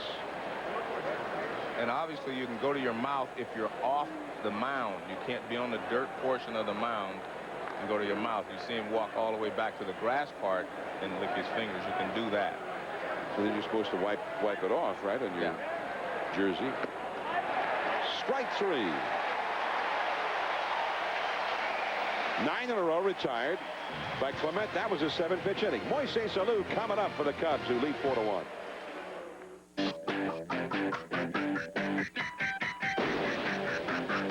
Sonic's intense new Powerade Slush. Just one of our thousands of drink flavor combinations. It's not just good, it's Sonic good. If these walls could talk, they'd say use the straight line laser level. Just level, set, fire, and get everything laser straight. Laser level, part of the straight line laser tool family. Okay, so we've picked out the TV, the surround sound, and you already have the DVD player. Right. Okay, so my home theater question to you is this. Do you have a movie where stuff blows up? It's all here. Circuit City has all your favorite DVDs, all at great low prices. And we're the first place to go for new releases every Tuesday, like The Lord of the Rings, The Return of the King, for just $15.99. Save on the latest DVDs at Circuit City. There's a power so awesome, so irresistible, you'll do anything to get your hands on it. Introducing Gillette M3 Power. Turn on the first micro power shaving system from Gillette and turn on the amazing new Power Glide blades. Micropulses raise the hair so you shave closer in one power stroke. Feel the power of the world's best shave. New M3 Power. Available everywhere May 24th.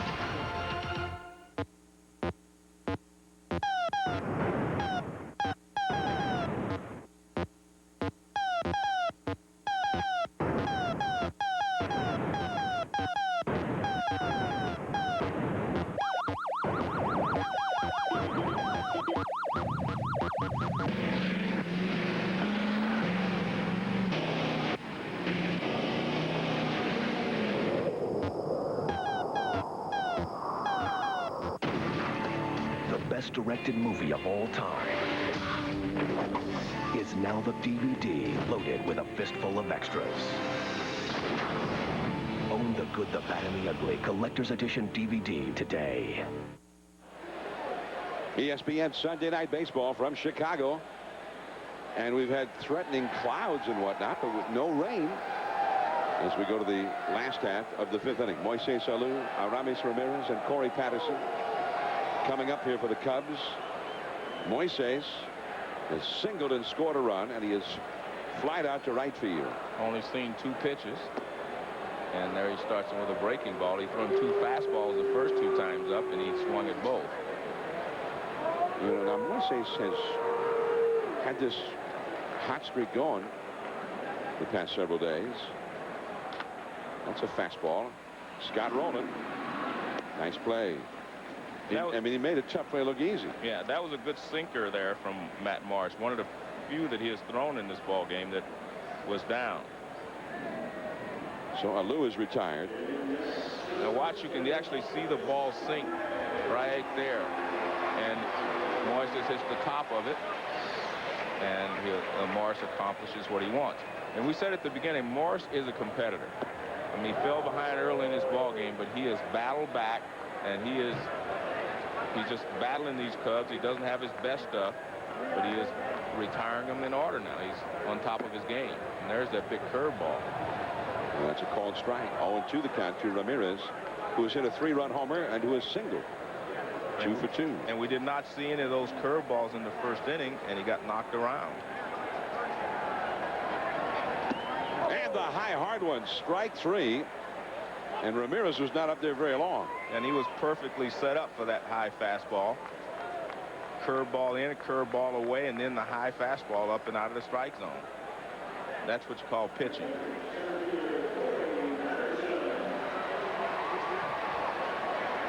Eight in a row retired now by Morris. Here's Corey Patterson, who had a bunt single back in the 3rd inning and is also grounded out. Since his bunt single in the 3rd, Morris has retired everybody. 1 ball, 1 strike, 2 down, nobody on. When this inning is completed, this will be an official game, by the way. In fact, right now, it's the Cubs, official it's now. official now. You're right. With the Cubs ahead. It's official once the Cardinals went down, as long as the Cubs were ahead. So let's say that Cal Ripken played for one of these teams and had a consecutive game streak going. It would now be official. Yes. All right. Did his streak ever stop? Well, he took himself out of the lineup. Right. So I guess we didn't do the game that night. No, no, he just took it out. He took himself out quietly. But he only beat Gehrig's streak by nearly 500 games. At second base, Womack throws out Corey Patterson. And Matt Morris is on a roll. When we come back, we'll compare Albert Pujols with greats like DiMaggio and Ted Williams. Top of the order coming up with the Cardinals. So finally figured out my major, ceramics. Nice. It's not even so much a major, it's more like a life calling. Like a Zen thing. Yeah, you know, it's like me and the wheel. You're really doing it? Oh, yeah, totally, man. I see myself living off the grid in a yurt making plates in 10 years. Oh, dude. Ah, buongiorno. Grazie. Thank you. Thank you.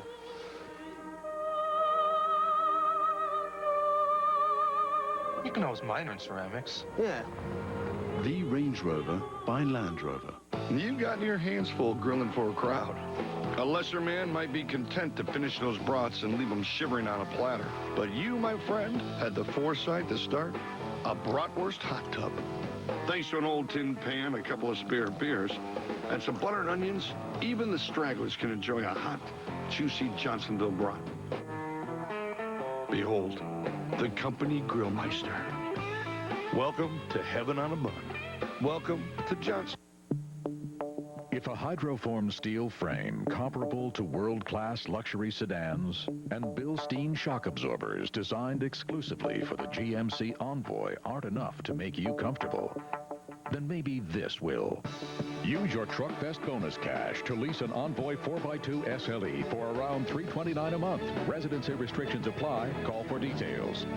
It's TruckFest at your Chicagoland and Northwest Indiana GMC dealers.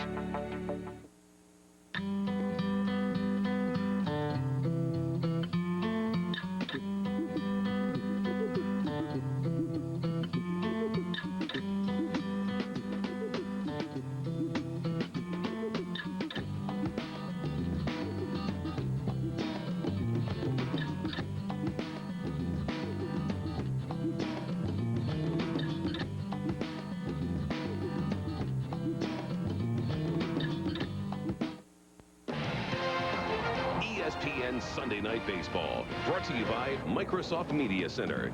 Log on to ESPN.com now and personalize your sports page with My ESPN. And Land Rover. Visit LandRoverUSA.com to locate a retailer near you. Ball one from Matt Clement to Tony Womack.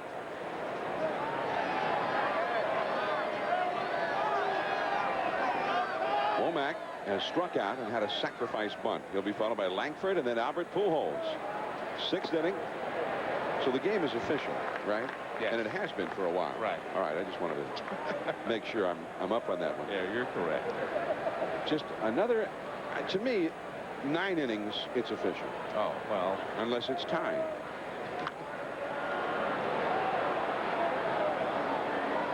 I mean, in the NFL, you play the first half, and then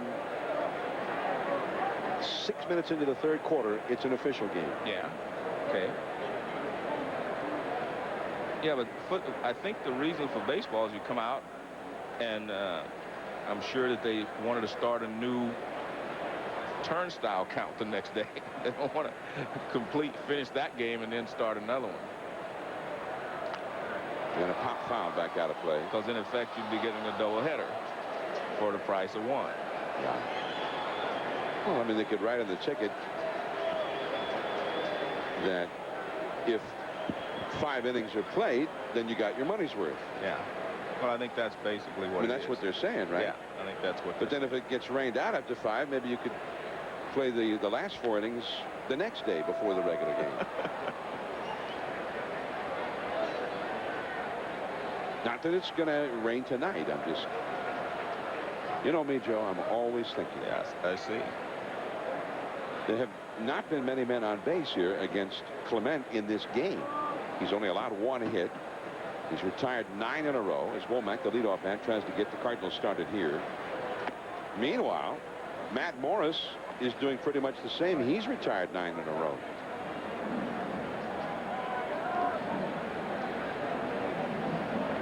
Here's Matt Morris. But those 4 runs in the first still have him trailing 4-1. That hard slider swung out and missed, and Womack is gone. Out number 1. 6 strikeouts for Clement. Langford coming up now with Pujols coming out on deck.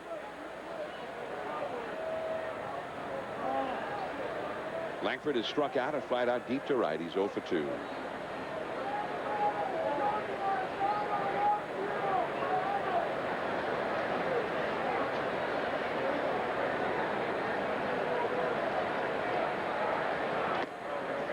And that's a called strike, 0-1.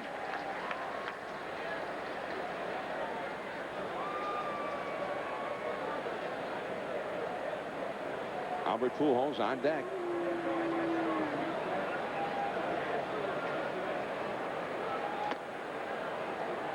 A ball and a strike now.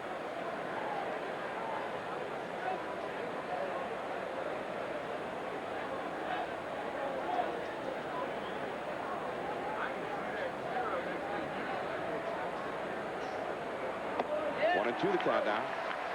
And you see he's got his breaking ball, his slider working perfectly now, especially the left-handed hitters.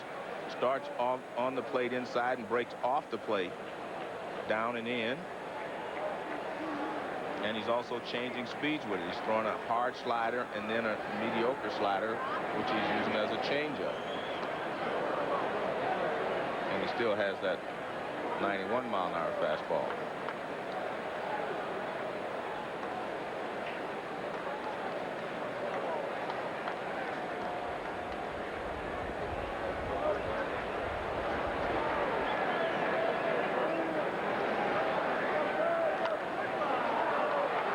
This is foul, and Ramirez, the wind blowing it back onto the field. Ramirez, what a play!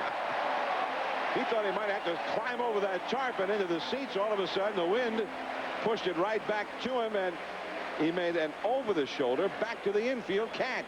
Casually, I might add. I mean, look at this. He looks and finds the bullpen, and then he just reaches out and makes the catch. And he gets a clap from his bullpen mates. 2 down, and here is Albert Pujols. Pujols has walked and scored a run, the only run for the Cardinals, and he has grounded out to short. Pujols, who is now 24 years old, in his 4th season in the big leagues, and his first 3 seasons compare favorably with the first 3 seasons of some of the greatest who've ever played the game. Joe DiMaggio, Ted Williams, Albert Pujols. His average for 3 years a little bit better than the great DiMaggio. 114 home runs ties the record for a player's first 3 seasons. And his RBIs the most in the first 3 years since DiMaggio. And he loses one here. Way back and out onto the streets of Chicago. Look out, Waveland Avenue. Albert Pujols with his 12th home run of the year.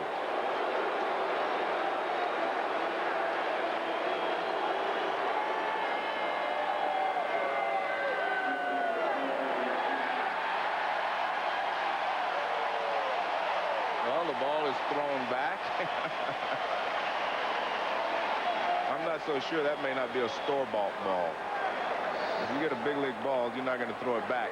Fastball, this one's up and in. I mean, that's not a real bad mistake by Clement. Watch this pitch up and in. I mean, he tomahawks it right over the left field wall.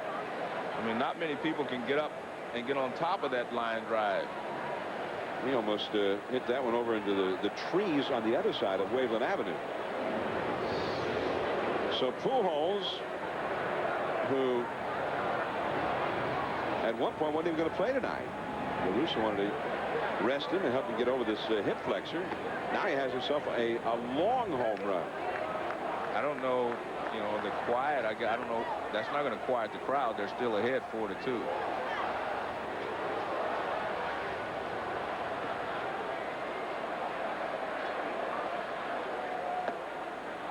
Was somebody saying that would quiet the crowd?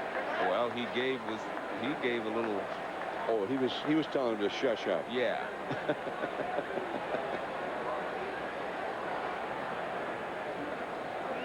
Jim Edmonds, another guy who is capable of launching one. That home run, by the way, is only the 3rd allowed by Matt Clement this year. And Todd Walker throws out Jim Edmonds. Scott Rolen left on deck. But Albert Pujols gives him something to think about. 4-2 Cubs. Hi there, I'm Chris Berman. You want to join us on the Sunday Night Sports Center, don't you? It's the Magical Mystery Tour Reunion Tour going out of business sale. 3rd and final Sports Center for this run. We got lots to tell you about. Randy Johnson, trying for a major league record in perfection. Tom Glavine, almost perfect. Lakers at Minnesota, a dig down deep time for the T-Wolves. Our top 10, you know we'll be talking hockey. Great games this week. Stu Scott and I, after Sunday Night Baseball. Join us. Uh-oh, not good. Okay, boys, time to go to work. Come on, come on, come on. Let's go, let's go. Want to keep your car looking pit crew perfect? Introducing DuPont Teflon Car Care products. When you use DuPont Teflon Wax, Protectant, and Tire Shine, dirt, mud, and grime have a hard time sticking. So your car practically keeps itself shiny. DuPont Teflon Car Care products. A miracle of science from DuPont.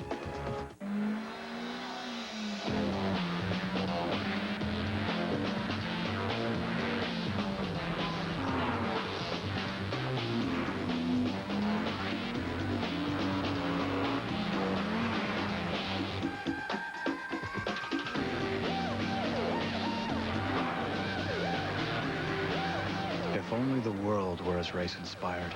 The 6-speed, 200 horsepower Acura RSX Type S. Hey guys, when did you see the light? Oh, going over to Phoenix. We wanted to rest up for the game, and suddenly it was so clear. Motel 6. I think it's great. Well, you gotta call them like you see them. We'll leave the light on for you. And Accor Hotel. Advance Auto Parts. You know that your car needs regular oil and filter changes. That's why we're ready in advance, with brands you trust at ready-to-go low prices. So bring it on. We're ready in advance. Yeah, bring it on. Dana Jacobson here in studio. D-backs and Marlins. Randy Johnson on the mound for the first time since that perfect game. 5 Ks and 7 innings of work. His string of consecutive batters retired ends at 39. Loop single for Steve Finley. D-backs win it 4-3. Let's go back to Wrigley. All right, Dana, and Randy Johnson, quite a week for the big unit. He became the oldest pitcher ever to pitch a perfect game in big league history this past Tuesday, as Matt Morris throws that big curveball to Derek Lee for a called strike. Lee walked in the first and scored a run, struck out looking his last time. 1 ball, 1 strike. Matt Morris has retired 9 consecutive hitters, but he gave up 4 in the first. As a Cubs fan, convinced that Lee's about to do something memorable. He wants to record it for posterity. 2-1 the count. John, Matt Morris's father, George, helped construct the World Trade Center towers. That's a base hit for Derek Lee.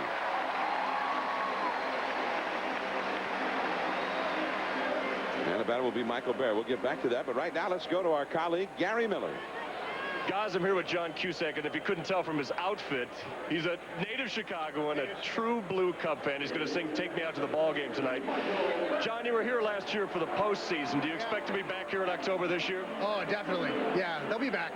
Now, how was that for you? I mean, obviously, have you gotten over Derek Lee, who just got on now, and what he did to the Cubs last October in Game 6 and 7? I'm glad he's with us after the way he hit. Yeah. You're filming in Chicago this week, your hometown, but you've made it to a lot of Cub games. Yeah, we've been filming nights, so I've been able to come to the night games. But I've been to about 6, 7 games.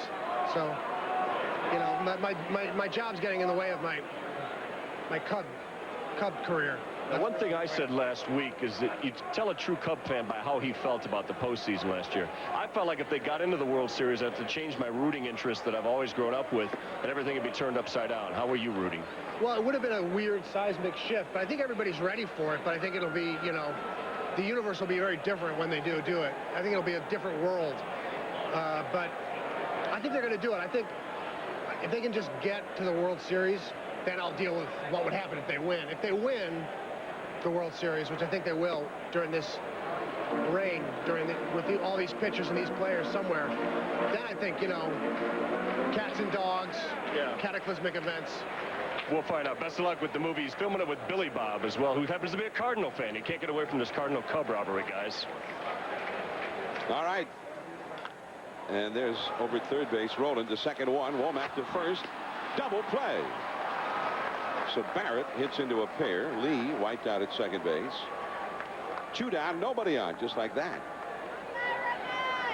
And Ramon Martinez coming up. Joe, for your DVD collection, you're going to get John Cusack in Being John Malkovich. That was a good one. And High Fidelity. for me, that was a great one. Okay, I'm more of a sci-fi kind of guy. He owned a record shot in high fidelity. All right. Does he ever get on a spaceship? Well, he was in Runaway Jury. How about that? I saw that. That was very From good. the Grisham novel. No, that was very good. 8 Men Out, baseball movie. Yeah, that was good. I saw that. That ball is hit well. Ramon Martinez. Back goes Edmonds onto the warning track. He does not handle it. And for the second day in a row, Edmonds has some trouble on a deep fly ball here at Wrigley. Well, that ball should have been caught. He actually let the ball get behind him and curve back. I don't know how he was playing it because Jim Edmonds is one of the best outfielders in the game, but this ball should be caught. So he's there. He's slowing down. And there you see right there. I mean, he gets there in he gets there in time.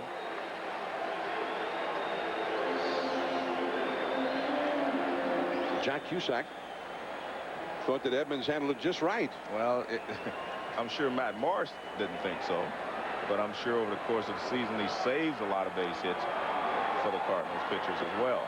Now Matt Clement, and one thing this does, although Clement has a double tonight, he's not a great hitter, but at least he won't have to lead off the next inning now for the Cubs. Correct.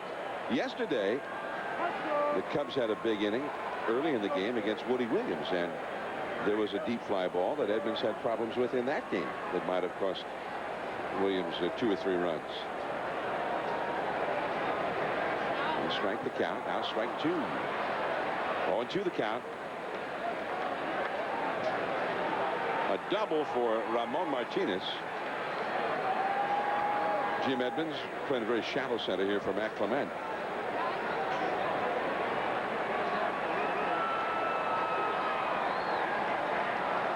To the count.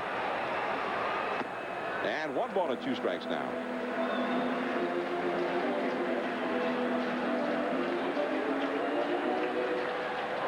And that wind is blowing out hard.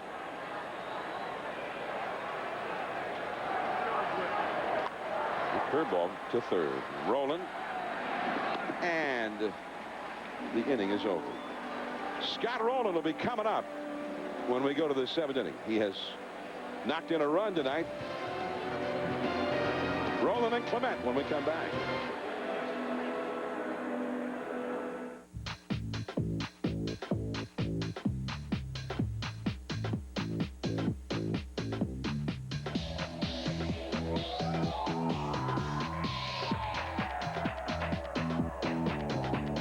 From coast to coast. Starting now. If you don't click it, expect a ticket. Cops write tickets because safety belts save lives. So click it or ticket. When it's variety you crave, try Subway's low-fat, carb-controlled creations. And now, introducing the new Atkins-friendly turkey and ham wrap. Stuffed with fresh veggies and Monterey cheddar, this is how you eat fresh. Subway, eat fresh.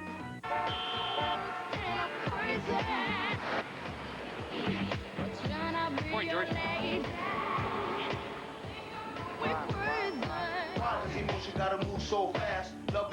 XM satellite radio. Over 100 digital channels you'll never want to be without. With 100% commercial-free music plus news, sports, and talk for under $10 a month. XM satellite radio. Hey, Dad. Can I borrow your car? Suddenly, you have one more driver than you have cars. Now your State Farm agent can help with information on auto loans and leases, as well as competitive rates on auto insurance. All from the company you trust. We live where you live. Why don't you take your mother's car?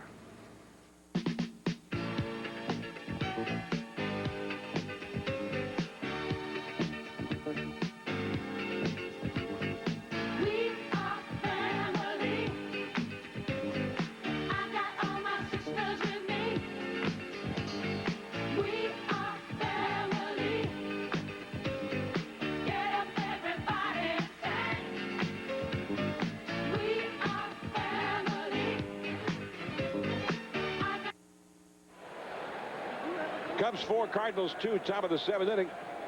And Scott Rolen leads off, but as you get a look at the crowd here, Skycam going by at we're calling it Flycam. Okay. 70 miles an hour.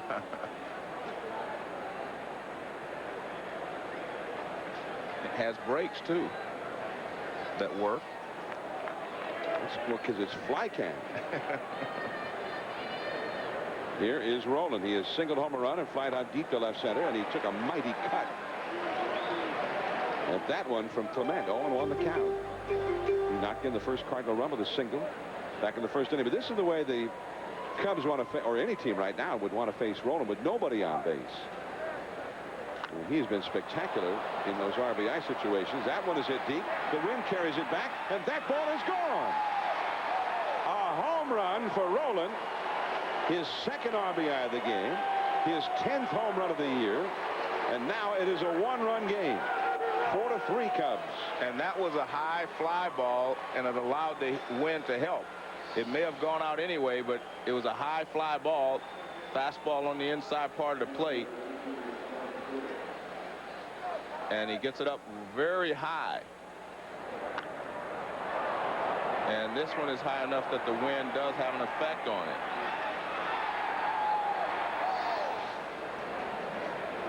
I think that's just an easy out if the wind was not blowing out that hard. Here is Colin Porter, and that's a called strike. It's 0-1. The Cubs bullpen is busy.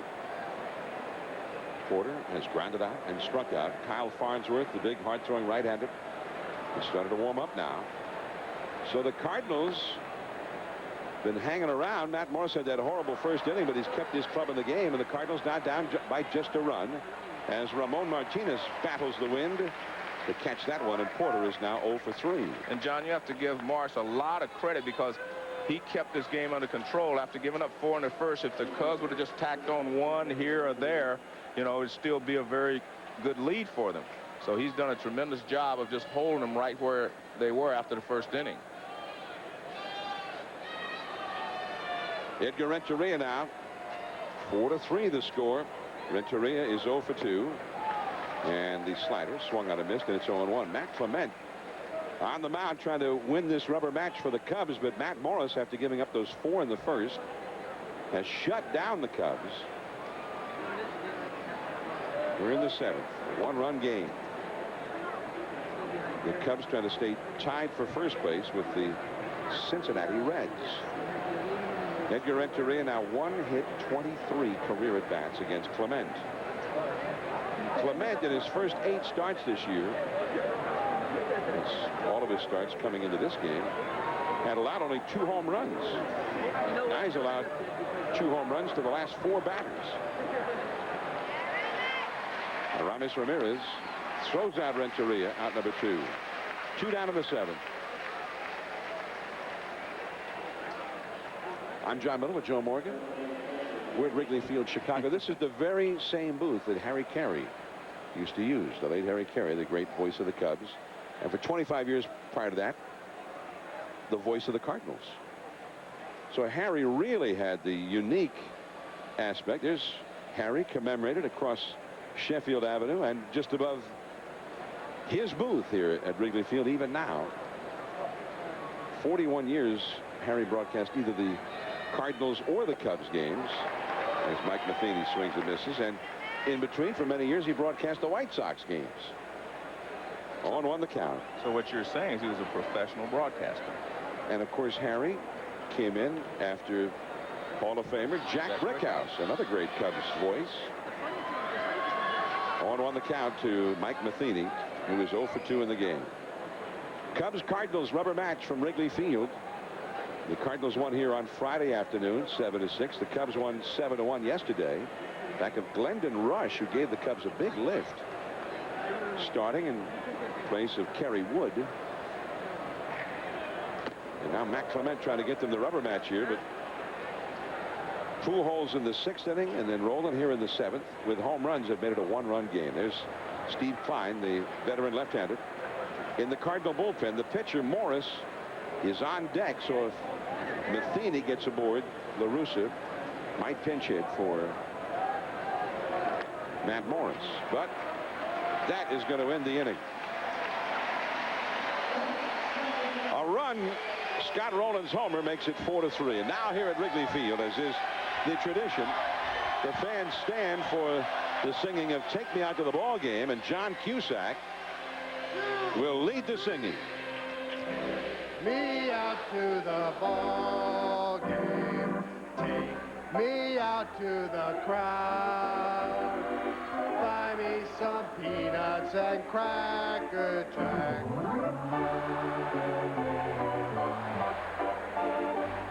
Let's root for the Cubbies. If they don't win, it's a shame, for it's 1, 2, 3 strikes, you're out at the old ball game. All right, let's get some runs.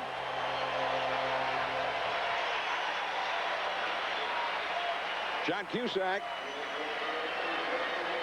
who is an actor and an excellent actor, here filming a movie called Ice House, which will be released next year. He's co-starring with Billy Bob Thornton.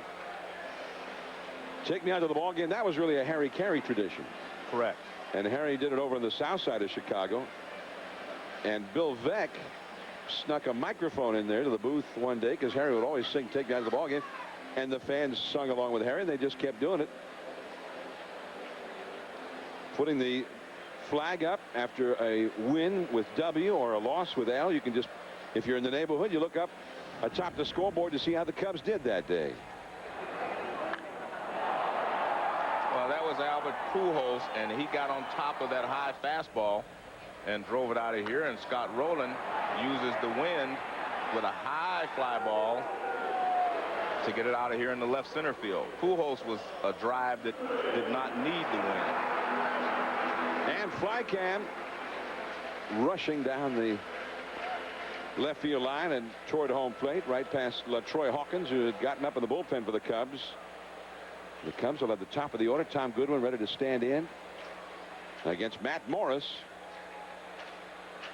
You know, I think that a veteran pitcher has that presence to realize that, hey, you give up 4 runs in the first, all is not lost. You got to keep your club in the game and give them a chance to come back. And Morris has done exactly that.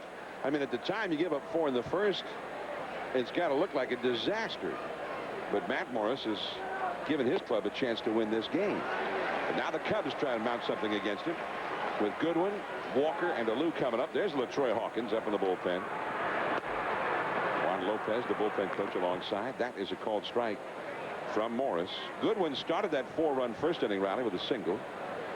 He's also hit into a fielder's choice, stolen a base, and grounded out. And that's a called strike. 2-2 the count now. The Cubs have 9 hits against Morris. The big hit, Aramis Ramirez, 3-run first inning homer. The curveball, little tap. This is going to be trouble. And I think he made a mistake even trying to pick it up. I thought he touched it. He did. Well, he called it foul. Well, he must not have touched it. I'm just looking. I wasn't watching the monitor, but I was watching him, and it appeared that he tried to touch it. I thought he touched it for sure. Well, let's take a look here. I mean, I thought he touched it. No, he did a good job of avoiding it and letting it bounce foul. Meanwhile, Goodwin is limping back to home plate. Well, he grabbed his right groin, but he's kind of, and he is still limping on his way back.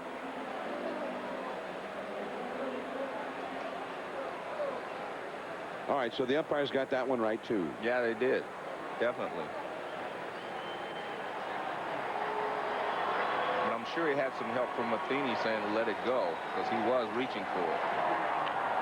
And Goodwin pulls that curveball foul toward the Cardinals bullpen. And out there on Wayland Avenue, they're not likely to get a souvenir from Tom Goodwin. But there are guys coming up late in the inning who are well capable of planting one out there, like Moises Alou, Aramis Ramirez. Good one. Hits a high fly ball to right. Colin Porter. And that is out number 1. Matt Morris on a roll. He now has thrown 100 pitches for the game. And he's in a 1-run game. Now, we said this at the beginning of the telecast, that this guy's a competitor. I mean, he's a battler. He's going to battle you till the last out or until he's knocked out of the ball game. Todd Walker, and that's 2 high, ball 1. Walker is 0 for 3 tonight against Morris. And Morris has showed us that he will stick with it. A ball and a strike. Morris is eligible to become a free agent at the end of the year, as are a few other of the Cubs. Knocked down by Womack. He recovers and throws him out. So Walker is 0 for 4. 2 down, and Moises Alou coming up. Well, if you're Dusty Baker and the Cubs, you cannot feel comfortable the way Morris is throwing, and knowing that Pujols, Rolen, Edmonds are all going to get another at bat in this ball game. Cardinals have one of the most explosive lineups in the game. The curveball to Alou. 1 ball and no strikes. He has singled to center. Flying out to right and grounded out to third. Matt Morris, Edgar Renteria, both with a chance to be free agents at the end of the year. You see Alou's night and his season. And interestingly, Matt Morris represents himself. He doesn't have an agent who negotiates for him. He says, the heck with it. I know what I want, what I'm worth. And he must be pretty good at it, Joe, because I read today that this year his contract calls for $12.5 million, and he negotiated that one. I'm thinking we ought to get him to negotiate for us the next time. And that's back out of play. 1 ball and 2 strikes to Moises Alou.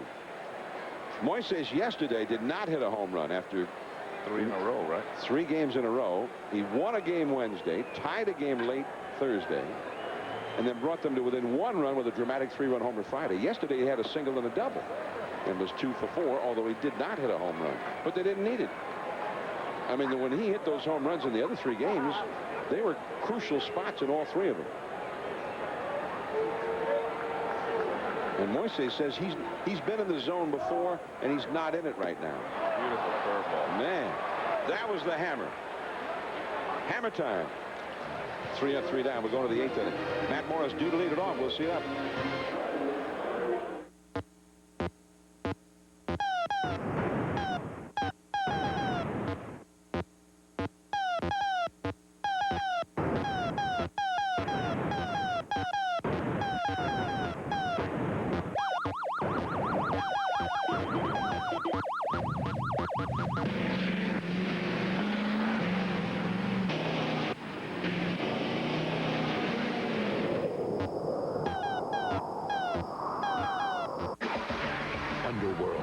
Unrated extended cut on DVD.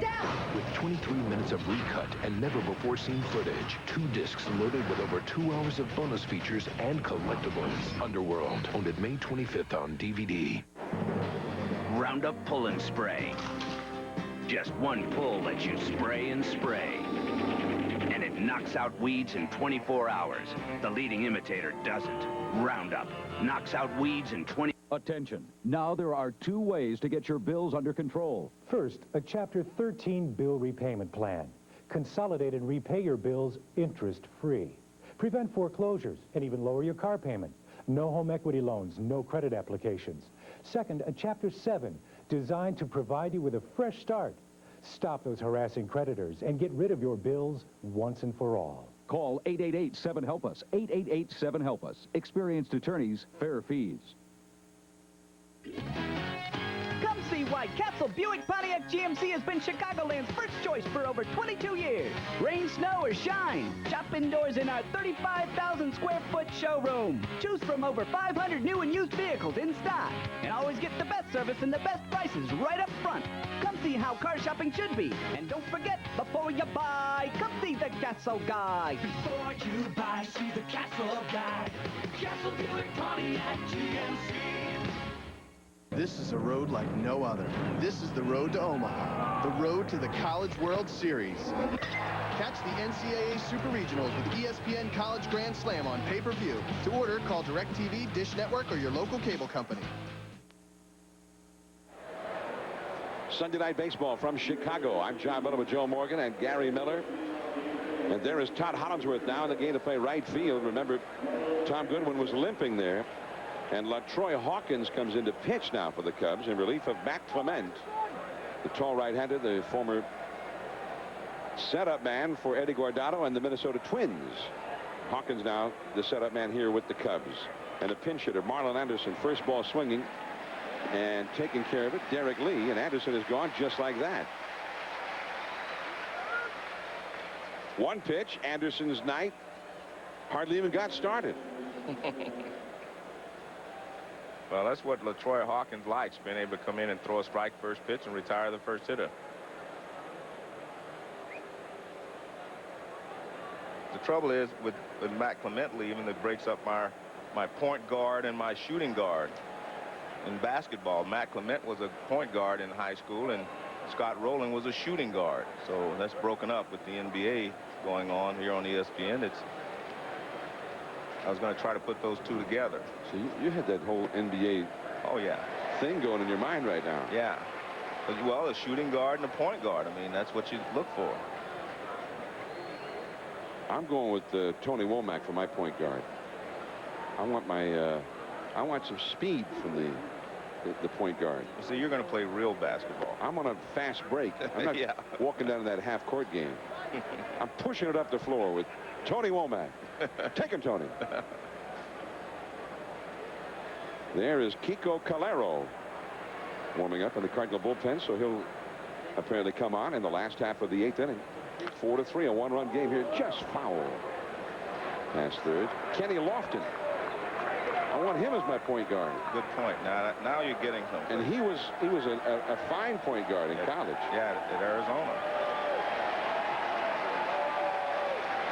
I take my chances with Womack, too. Yeah. Right now, the Cardinals would like to get that fast break going with Womack getting on base. He's been kept off the bases tonight. Third baseman Ramirez is guarding the foul line. 1-2. Just a little bit low. Tried to sneak one by him on the inside. 2-2 the count. Sellout at Wrigley Field, 40,090. The official paid crowd tonight, which is just a little over the average crowd at Wrigley this year. The shortstop, Ramon Martinez. Gets it over there in a hurry, which you need to when Womack is running. But again, Womack had been shut down tonight. John, we take things for granted because we see these major leaguers play so well. That was a nice play by Martinez in that the transfer from the glove to his hand was so quick that he was able to make that look like a routine play. Otherwise, a speedy guy like Womack could have had a chance to beat that out, but he took it out of his glove very quickly. The transfer was just made perfectly. Complete awareness as to of who's running. Who's running there. Yeah. Now Langford. We mentioned Womack's been shut down. Langford's been shut down tonight. So the top two hitters in the order have not been on for those big RBI men, Pujols, Edmonds, and Rolen. The Cardinals have 2 home runs tonight, both solos. 0-1 the count to Langford, who was struck out, fly deep to right. Fouled out to third. That was really the play of the night by Aramis Ramirez, and a little help from the wind, which kept it playable for him. 0-1 the count. And Hawkins just misses on the inside. Had that little movement on that fastball coming back to the plate.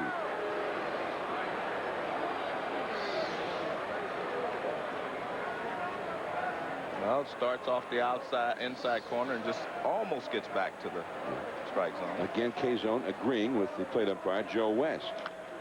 That's a foul off the left field line. By the way, Langford, he's been out of the big leagues for a while, coming back this year. He still has some power. And he could tie this ball game. You make a mistake. He's hit 4 home runs this year.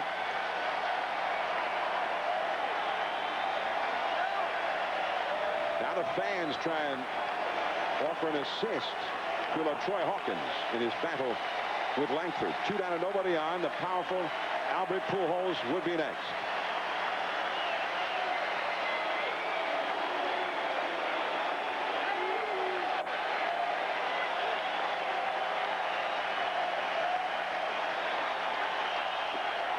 Too low. And you have to be careful when you're pitching down and in like that to this guy, especially to Langston. Langford. He likes the ball down and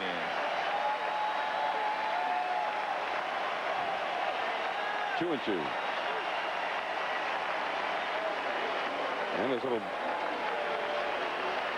battle goes on between Hawkins and Langford. 2-2, 2 down. Curveball. There's a high fly ball to right. Hollingsworth waiting for it. The inning is over. 4-3.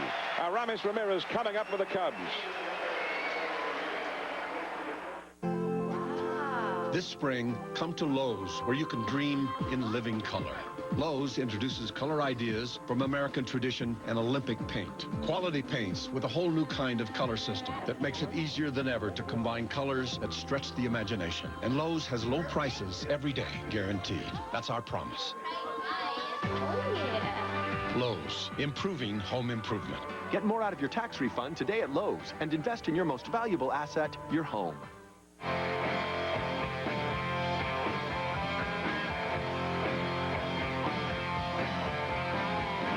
Introducing Aspen Edge, low-carb premium lager. Crafted by Coors Master Brewers using high country malts and only 2.6 grams of carbs for a surprisingly real beer taste. Aspen Edge, so good, it doesn't even know it's low carb.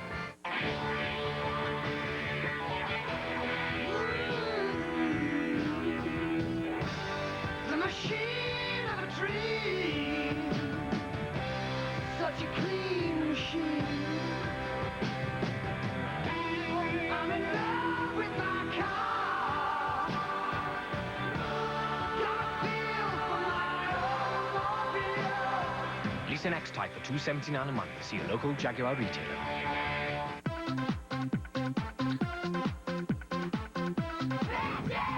See, kids, this is key. Everyone got their mean faces? All right, now step and kick your leg up real high. That's awesome. That's perfect. That's it right there. Oh, no. You want to go again? Boys and Girls Clubs is the official charity of Major League Baseball. Oh, that's scary. Together, they create a positive place for kids. ESPN Sunday Night Baseball, brought to you by Lowe's, where you'll find all your home improvement needs. Lowe's, improving home improvement. And Coors Light. Unleash the Rocky Mountain cold taste of Coors Light. And if you were in the Cubs clubhouse and heading out for batting practice before the game, this is the way you would head out through the catacombs at Wrigley Field. Cardinals down by a run. Last of the 8th inning. The Cubs have 4 runs on the board, but they got all of them in the first inning. They've been shut down ever since by Matt Morris. Now, here is Kiko Calero, 29-year-old right-hander, and a first pitch slider. Good tight breaking slider. Swing and a miss for strike one by Aramis Ramirez, who hit the 3-run homer in that first inning. Calero.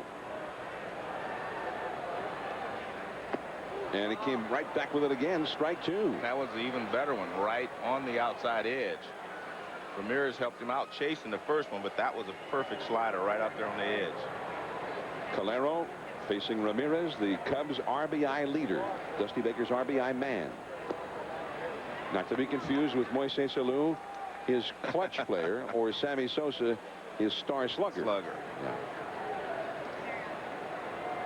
You take Dusty to classify him in that direction. I wonder how he would have classified you and Johnny Bench and Tony Perez. You know?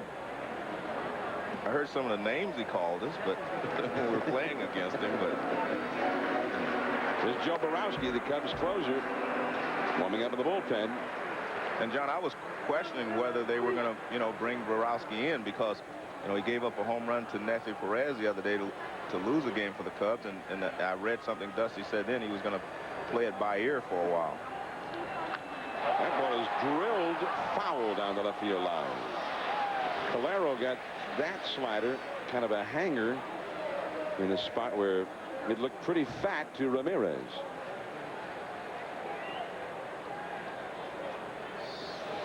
Well, let's take a look at this pitch. He's been hit, throwing him out on the edge. This one was in the middle of the plate. He's lucky to get this one back. Right in the middle of the plate, belt high. I think Ramirez saw it so well, he overswung and tried to hit it too hard. 2-2 to Aramis Ramirez. That was a high fly ball to left. Langford backing up. The wind carries it, but he's got it. And Ramirez kept in the ballpark, 1 away. Both bullpens are busy. We saw Borowski warming up, likely getting ready for the 9th inning. And the Cardinals will have their big hitters up in the 9th. There's Eldred, the right-hander, up in the Cardinal bullpen, and the left-hander is Ray King. And I think Tony's going to go get Ray King. He's got the lefty Corey Patterson coming up, and King, he decided, is the man for the job. King coming in to face Patterson when we return. ESPN, the magazine, on newsstands now. Automatic transmission, standard. Vented disc brakes and ABS, standard. Leather-wrapped steering wheel, standard. Alloy wheels and 180-watt stereo. Yep, standard. Let your Nissan dealer introduce you to the redesigned 2004 Nissan Sentra 2.5S. With 0.9 financing for 60 months or $2,500 cash back.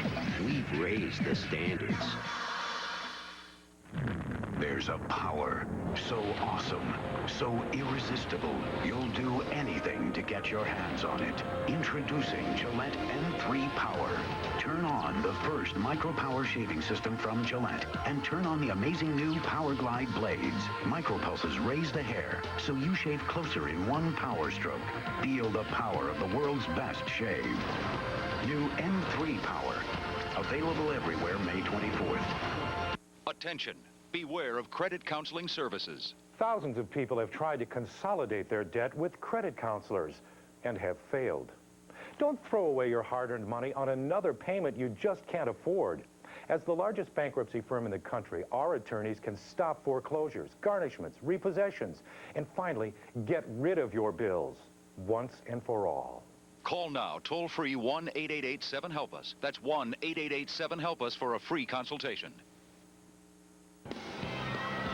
It's the best amusement park I've ever been to. Cedar Point has the most rides, the most coasters, and the most summer fun. Check the web for your free getaway guide and amazing savings on our record-breaking park and convenient resorts. Ride the world's tallest, fastest, top thrill dragster.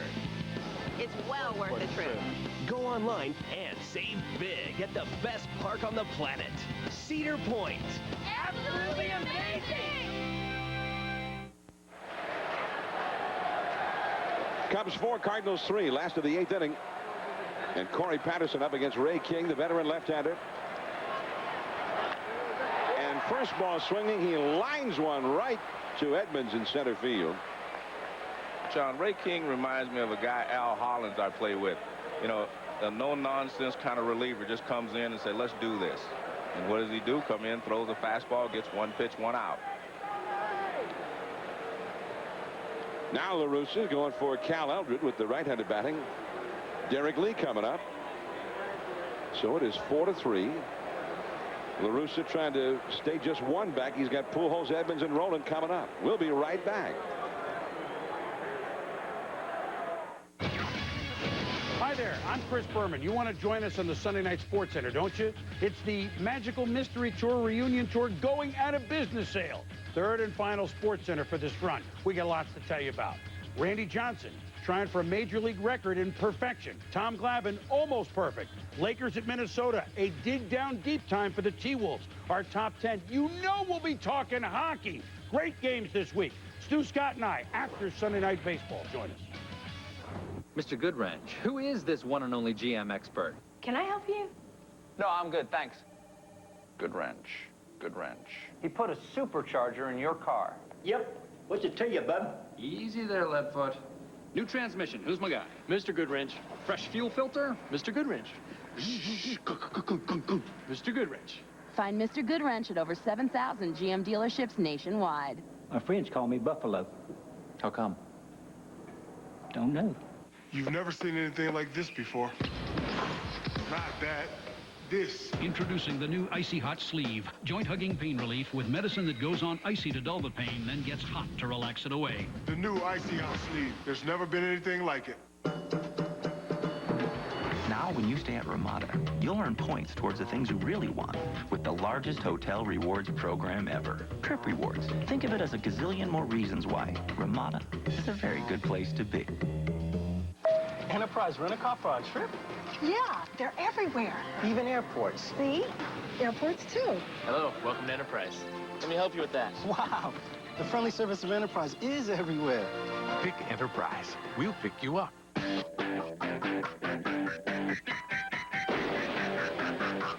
Sonic's intense new Powerade Slush. Just one of our thousands of drink flavor combinations. It's not just good, it's Sonic.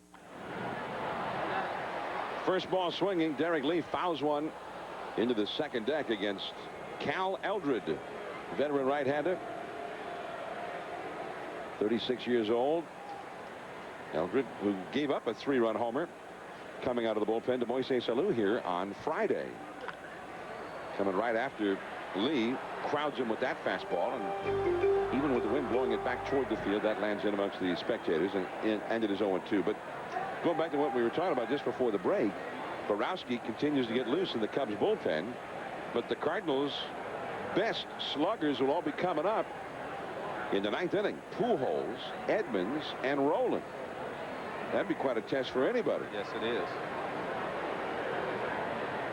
2 strikes and very high. And Dusty Baker wouldn't mind if Derek Lee just popped one over the wall right now. It would give him some margin for error, but you know, Borowski has not been the same, you know, guy that he was last year for the Cubs, being able to shut down the opposition. That curveball missing in the dirt. There's Borowski. Borowski's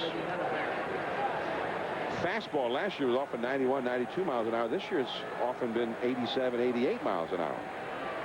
2-2 the count. Look out. That almost got him. 3-2.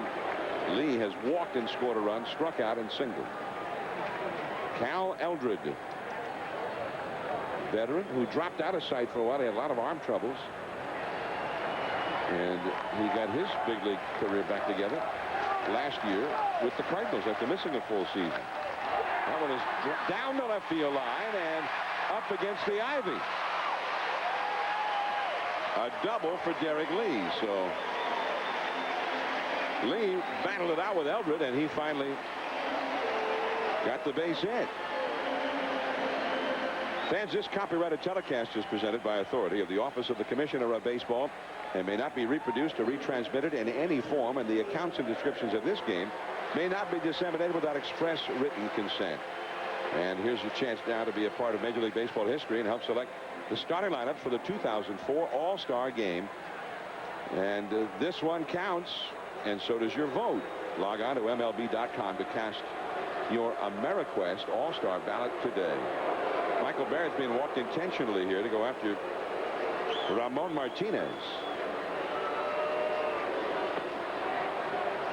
Barrett drove in the run that has the Cubs leading in this game right now. With 2 down, he hit the double in the first inning to center field that drove in Derek Lee to make that a 4-run first inning. The Cubs have not scored since, but they've so far had just enough to stay ahead. So Barrett takes his walk. In the bullpen, Steve Klein, the left-hander, getting up again. Sunday Night Baseball from Wrigley Field, Chicago. 2 ancient and heated rivals, the Cubs and the Cardinals, going at it on Sunday Night Baseball. The rubber match of a 3-game series. These 2 teams plus the Astros considered the powers in the Central Division, although Cincinnati Reds right now actually lead the division. And that is too high to Ramon Martinez. Martinez hit a high fly ball that got up into the wind and somehow got over the glove of Jim Edmonds right out in front of the ivy in the 6th inning, and he got credit for a double. In the dirt, nice save there by Matheny. This is a big bat, a big at-bat in this game, as the Cardinals have all those sluggers up in the 9th inning. And Martinez is trying to give Borowski a little more room in which to maneuver. A base hit could be huge in this one. There's Todd Hollingsworth on deck. He would be next. Klein getting ready just in case. And that's too low.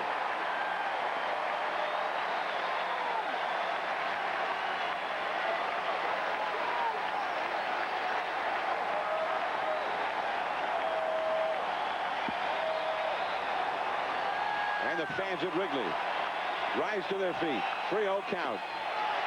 Got the call on that one. 3-1.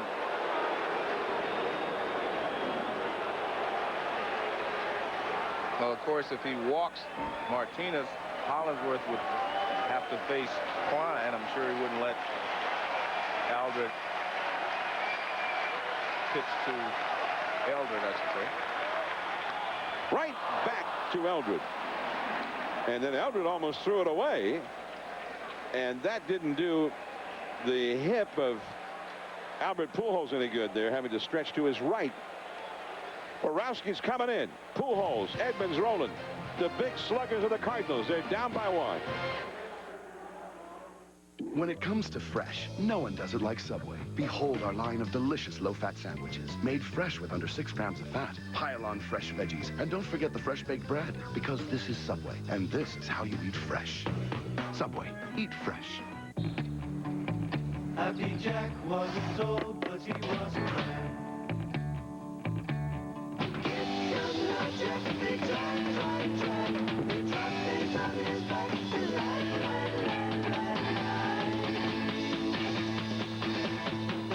Stop Jack or the water's and they couldn't prevent Jack from being happy.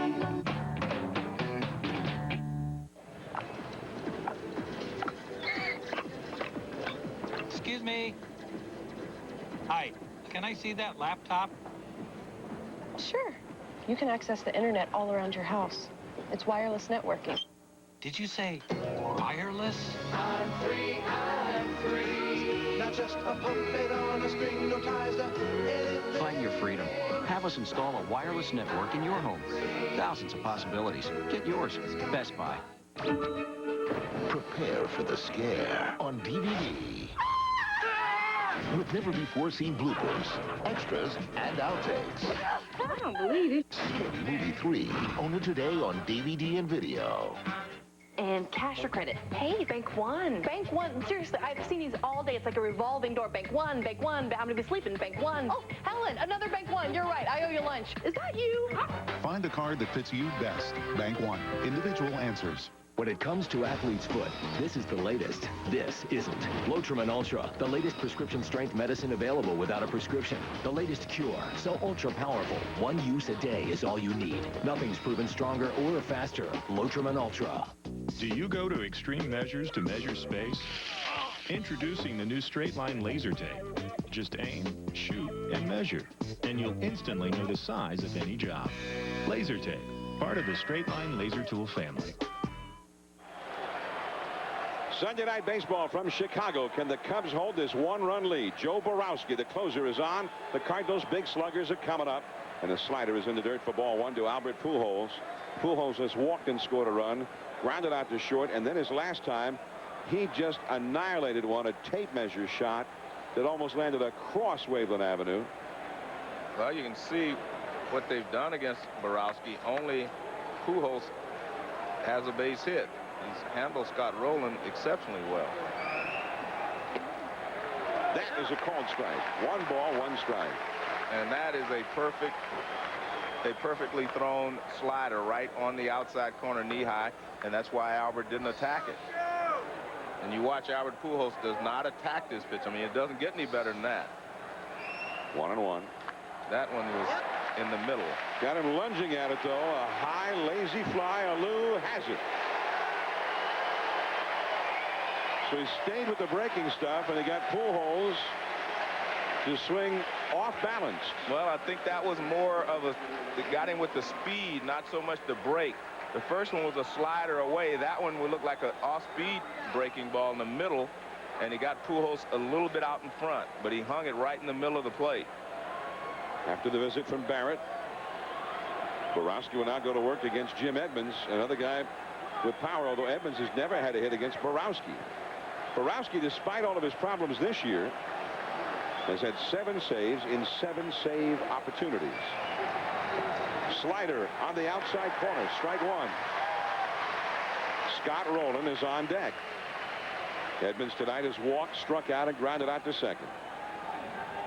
And there is Rolen, who's having the big year for the Cardinals. He's driven in 2 of their 3 runs tonight. Fastball off the outside. Edmonds would not chase it. Borowski last year was not supposed to be the closer, but an injury to Alfonseca in spring training made him the closer by default, and he took the job and made it his. He was 33 for 37 in save opportunities. There's a hard slider. Did he swing? No, says third base umpire Paul Emmel. And the one thing you have to be careful with when you're pitching to Jim Edmonds, throwing that fastball up and out over the plate or away from him. You know, he likes the ball out there. He'll go the other way, hit it to left field and hit it out, or he'll hook it. But if you don't want to come inside, you have to come inside every once in a while to keep him honest. Oh, man, a mighty cut by Edmonds on that one, but he fouled it straight back. Well, he got away with another one because that was a hanger, middle of the plate in. Edmonds had a good swing at it. The crowd on its feet now.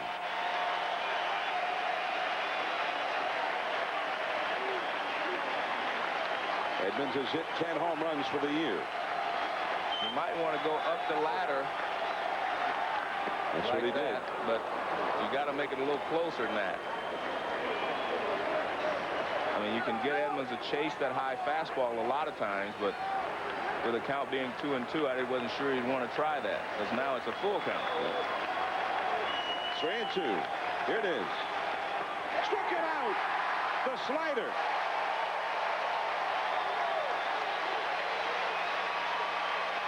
Well, he fooled Edmonds because that pitch is not a strike.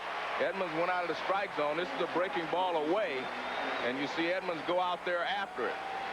He fooled him with the spin. He thought it was going to break more, so he goes out there to get it and just stays out there. You can see that ball was not a strike. But I think he fooled him because the spin showed him it was going to break, and he thought it was going to come over the plate. Now Rolen, who's having the huge year, the Major League's RBI leader. Everybody's still standing. And a foul and out of play came after him with a fastball. Well, you got to know that he feels comfortable against Rolen because he's got him 0 for 10, and he knows that. And this was his last at bat, fastball inner half of the plate, and he hit it over the left center field wall. But you can see the difference in his confidence going right after Rolen. He knows that he's had success with him. But you also have Porter behind. You can be a little more careful with Rolen. Into center. Back is Patterson. He's under it. The wind carries it on the warning track. He's got it. The ball game is over. And a great job there by Borowski to go through the meat of this order and get the save. So the Cubs hang on after a 4-run first inning. That's all they got, and it was just enough. And Borowski gets the save, and that's 22 consecutive saves for Borowski dating back to last year. Well, you know, this is the Cubs team that's getting a job done with the pitching. You know, we know they've got some good hitters, but remember at the beginning I said they're second in the league in earned run average. Well, you see why. These guys know how to pitch. And Matt Clement has been the ace in the absence of Pryor and Wood, and he was the big one tonight. The Cubs take the Cardinals, and they are tied with the Reds for first in the Central Division. Cubs 4, Cardinals 3. That's the way it turned out at Wrigley Field. Stay tuned now. SportsCenter next. Chris Berman and Stuart Scott will bring you the day in sports. Now for Joe Morgan, Gary Miller, and our entire ESPN crew, I'm John Miller. Thanks for tuning in. We hope you enjoyed the telecast. This has been a presentation of ESPN, the worldwide leader in sports.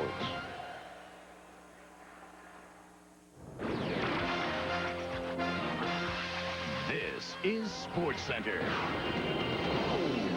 A must-win already? KG and company shoot to even the series score, or else. Nice shot. Here's the three. Got it! But who's doing Indiana's dirty work? And what not to say during the playoffs? Y'all put a front page, back page, middle of the page. They will not win game 3. The unit after Major League history. An amazing effort at Shea. And another sudden ending in Oakland. Plus, NASCAR's young guns fire away. Slip into something comfortable. SportsCenter, next.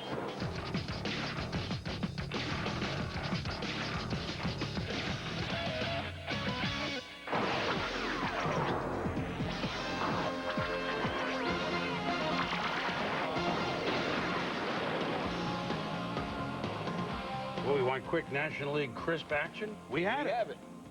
We're here. We're here. Good to see you. Again.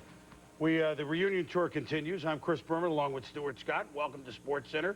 We got a lot to talk about. Man, it's an interesting week. Yeah, very interesting week. Interesting NBA stuff going on. You know, the Lakers have never, Phil Jackson has never lost a 7-game series or any series when he won Game 1. Well, but Minnesota was up against a goal line stand, if you will, to use a football term in game number 2. The hockey was great. We'll have our top 10 plays.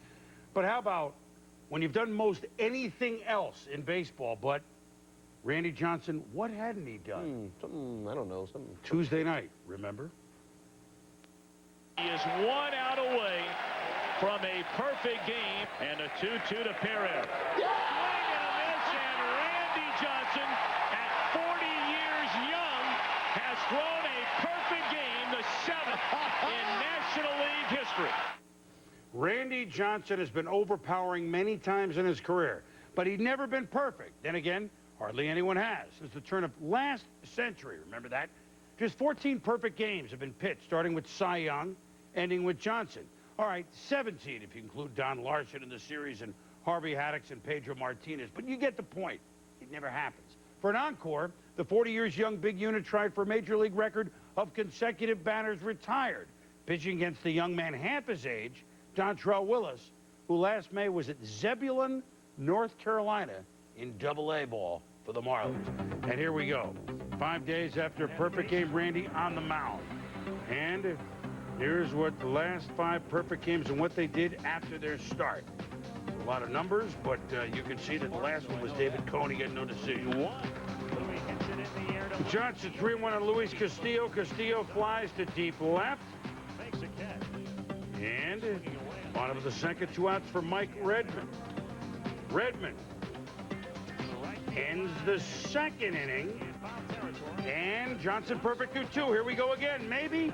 I mean, it's a little bit too much to ask, isn't it? Abraham Nunez doubles down the left field line. What's the matter with Randy Johnson? Somebody got a hit. 39 straight batters, retired. It's over. He's human. He is human, although not by much. Luis Castillo moves to say, oh my goodness, he's given up a run. Nunez scored, Castillo with a base hit. Dontrell Willis, though, getting roughed up here in the 5th. Luis Speedy Gonzalez. A one-hopper off the wall. Alex Absolute Cintron coming around to score from first. I'll have that in the high ball, please. Diamondbacks lead at 2-1, 8 straight hits off Willis. Marlins show now 4-2, bottom 6, and Johnson strike out Redmond. Yeah, make it 2-1. We will make it 2. And the 4-run 5th gives the Diamondbacks a 4-3 win. And so now, Randy Johnson, there it is, most consecutive batters retired over the last 30 years. Tom Browning, 40. Randy at 39. David Wells, 38. The Major League record done by the 1972 right-hander, tall right-hander of the San Francisco Giants, Jim Singles Barr, at 41. So Johnson almost accomplished that. A man who's been around, well, not as long as Randy. That would be Tom Glavine. And Tom Glavine on the hill, perfect through 4 innings at home for the Mets against Colorado. What a difference year 2 is for him in New York. Ball 3, Burnitz thinks it's ball 4. He heads to first. Clement says, no. Jeremy, just three. 3 balls, 2 strikes, 1 out. 2. And a little blooper that Ty Wigginton catches, and now we're perfect to 5. So we go to the 6th inning now. Tom Glavine sitting on the bench alone. Nobody wants to talk to him. Then 3-0 Mets, bottom of the 6th. Glavine batting. And he can do this. He shoots it to the left. Shane Spencer scores. 4-0 Mets. Just might be one of those magical afternoons for Tom Glavine. Glavine with an RBI. He's always been a good hitting pitcher. And now we go to the 7th. Still perfect. No outs. 2-2 to Denny Hockey. Just misses ball 3. Take another look. Oh, and Tommy's so great at painting the corner. He didn't like the call. And there's ball 4. So what's the matter with him? The perfect game is over. But no New York Met has ever pitched a no-hitter in the 8th inning. Glavine against Matt Holliday. Swinging at the strike. 2 outs. 4 outs away from a no-hitter. Oh, Kit Pello. Tears on my pillow. Hey, the standing O for Tom Glavine, who went 4 outs away from a no-hitter.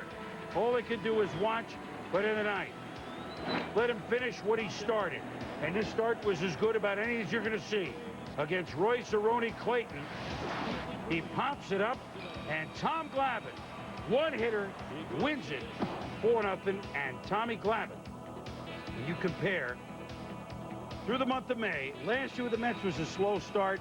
There was Quest Tech. There's lots of things happening. But Tom Glavine is a perfectionist.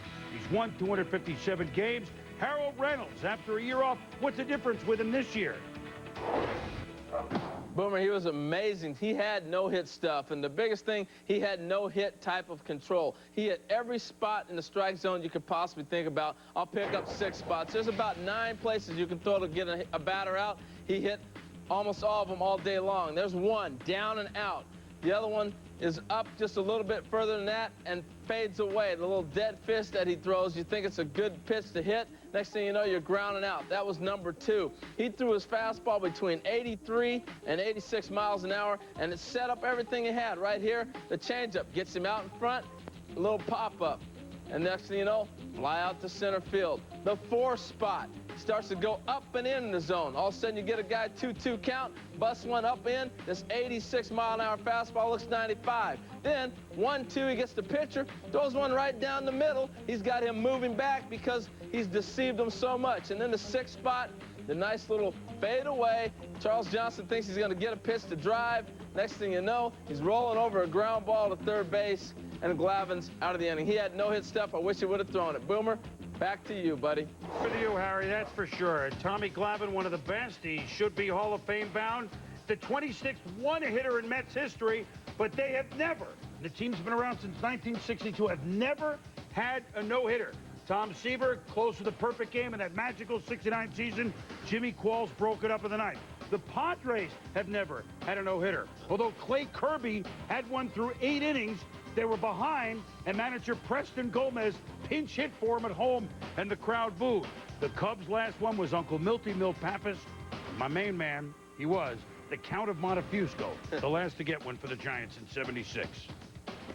More baseball. Quote, "This one hurts." Now, coming from a guy who makes $252 million, that either inspires a complete lack of sympathy or it compels a listener to think, son, that really must have hurt. Choose B. In his first return to Texas since jumping into pinstripes, Alex Rodriguez's Yankees have lost the first 2, both after having leads Saturday to a walk-off homer, not to mention a costly error at third by A-Rod, which, of course, Texas fans loved. Bottom line, a Rangers team that's finished last the last 3 years with A-Rod can sweep his Yankees without him. Yo, dog, Joe Torre, can't get swept by the Rangers, can you?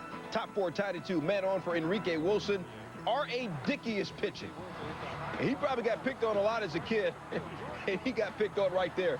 Wilson hit an AL best .463 in the spring, 2nd home run of the season. Bottom 4, still 4-2 Yanks. Brian Jordan at the middle. Enrique, nice range, gets Jordan by a step. Top 6, Yanks up 4-3. Bernard Williams on 2nd. Enrique Wilson, holla at your boy. Coming into this series, he was only hitting 177. 5 5 for 11 in this series, 5-3 Yankees. Bottom 8, Yanks up 7-3. Mark Teixeira up the middle again. Enrique Wilson doing work. Big ups, 3 for 5, 3 RBI, 3 runs scored in the game. Yankees avoid the sweep, winning it 8-3. First place at stake in the AL Central. Ozzie Guillen, all smiles. The White Sox have been on an offensive tear. In the last 5 games that they've won, they didn't win 5 in a row, but they've outscored their opponents 48-10. When they do it big. They're looking to take 3 or 4 from the Twins.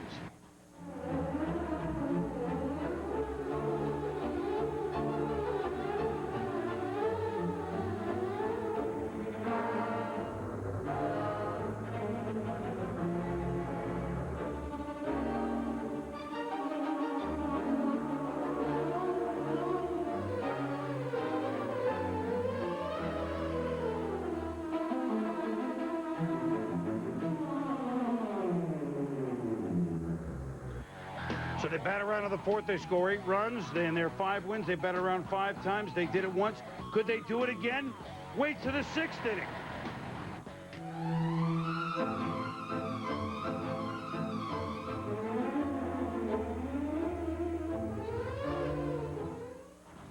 Well, Ron Gardenhire's seen enough, and the Twins lose to the White Sox 17-7. They're tied for first in the AL Central. High five for Ozzie Guillen, Carlos Lee, 4 hits, 6 ribbies. I think it was the music that got to Gardenhire.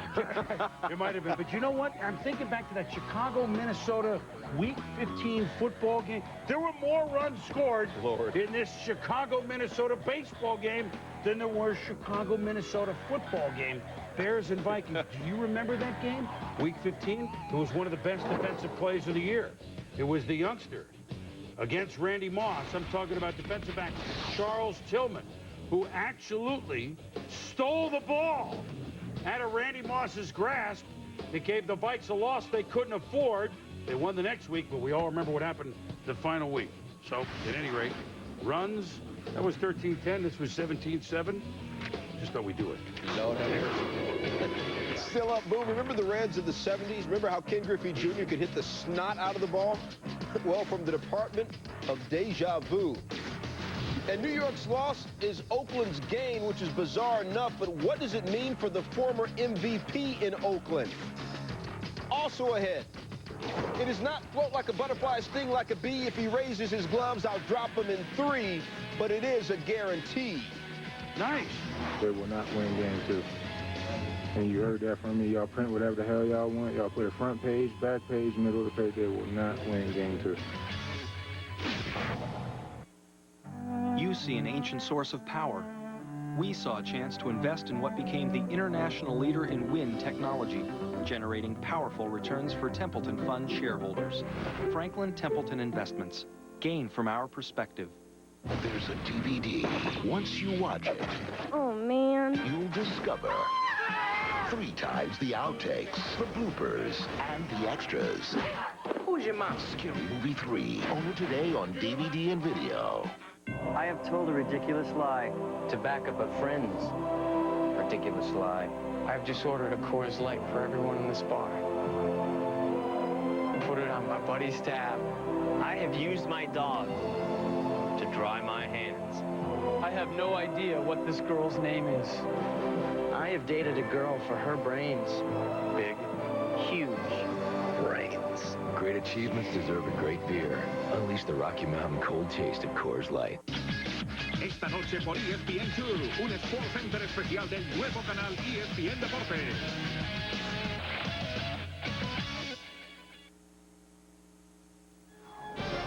Sports Center, brought to you by Gatorade Thirst Quencher. Gatorade, is it in you? And Subaru, driven by what's inside.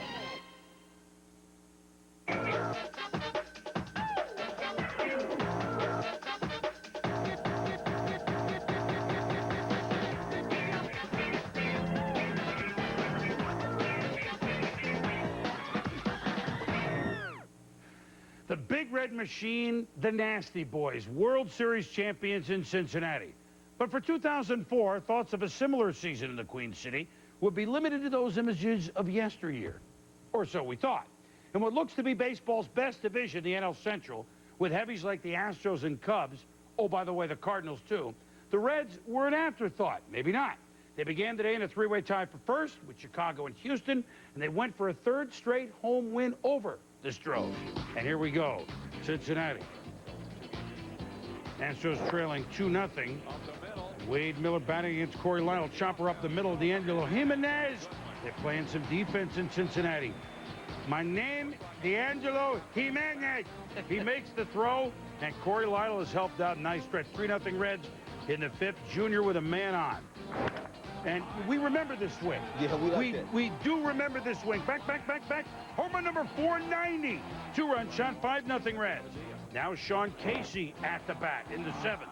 And he just launches one. Way back and right. Gone. Casey leads the NL with a 380 average. 6-0.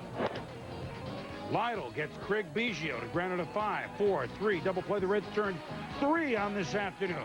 2 out of the ninth. Corey Lytle trying to go the route against one of the sweetest swings this year, Richard Hidalgo. 7-0, the Reds. And he completes his third game of the year. And the Cincinnati Reds, we told you about Casey leading the batting average. We got Graves with 20 saves. We got Paul Wilson, who's on his, never won 8 before. More than 8, he's won 6. The Reds, impressive. So here we are, steamrolling toward Memorial Day. They're in good shape. Harold Reynolds, can they contend all year long? Boomer, they're having a career year right now. You look at Danny Graves, 20 saves. Griffey looks like he's healthy. Sean Casey leading the league in hitting. This is the type of stuff that builds tremendous chemistry. Can they continue? Yes, I think they can. If they continue to get great pitching in the offense, the Reds will be there all summer. Thanks, Harold. Cardinals and Cubs. John Cusack from Chicago, Say Anything. It's a great movie. Held up the radio. You know it. Made you cry. You ain't going to admit it, though. Aramis Ramirez admits this. My man going 3-run shot. 10th homer of the year. 8 of them at Wrigley. Cubs up 3-1. Top 5. Chicago up 4-1. Matt Clement gets help behind him. Ramon Martinez deep in the hole in a Mike Matheny grounder. Got him out. Top 6. Clement not so lucky against Albert Pujols. Pujols just got straight medieval on him. That ain't right, man. Okay, 12th home run of the year. I got your point, Albert. Cards down 4-2. Top 9, Cubs up 4-3. Joe Borowski in to close it. Scott Rolen, long fly ball to center. It's a long out. Cubs win the game 4-3. Miller time ain't got nothing to do with hops and barley. Well, maybe hops. Levitation Reggie Miller needs to get off that bananas-looking shot where his hands actually collide. The only man with 2,000 career three-pointers sunk Detroit in Game 1 of the Eastern Conference Finals by sinking his only bucket of the night, a triple, saying, quote, all I need is half a second of daylight. All Rasheed Wallace needs is motivation. Kid has it, guaranteeing a Game 2 Pistons win. We have 2 reports, beginning with Rachel Nichols. They will not win Game 2. And you heard that from me. Y'all print whatever the hell y'all want. Y'all put a front page, back page, middle of the page. They will not win Game 2. Rasheed Wallace wasn't exactly short on opinions Saturday after his Detroit Pistons lost Game 1. He wasn't exactly bashful about repeating himself Sunday either. Ain't no more to be said. We will win Game 2. Teammates have any reaction? We will win Game 2. I love it. I love it. You know, we always say the politically correct thing in basketball. It's our job as teammates to rally around him and make sure that his prediction becomes true. If you don't think that you're going to win, then you shouldn't be out here. Well, sometimes you got to go out on a limb and guarantee things, but sometimes that goes in a negative way for you because it ignites our team. You know, our team is looking at it like, hey, these guys are guaranteeing a win. Wallace is hardly the first one to try to turn momentum with a guarantee. We're going to be back here to play Game 6. This team is going to the playoffs. I'm young, I'm handsome, I'm fast, I'm pretty, and can't possibly be beat. There are coaches who like it when their players make guarantees. In the 1997 Eastern Conference Finals, Pat Riley was furious with the lack of emotion among his Miami Heat players. So before Game 4, Alonzo Mourning guaranteed the team would not get swept by the Chicago Bulls. The Heat did go on to win the game, but lost the series in 5. With the Pistons, I'm Rachel Nichols. For news on the Pacers, let's go to David Aldridge. Role players do the tedious, the unglamorous. That is Jeff Foster's world. But sometimes grunt work gets its moment in the sun.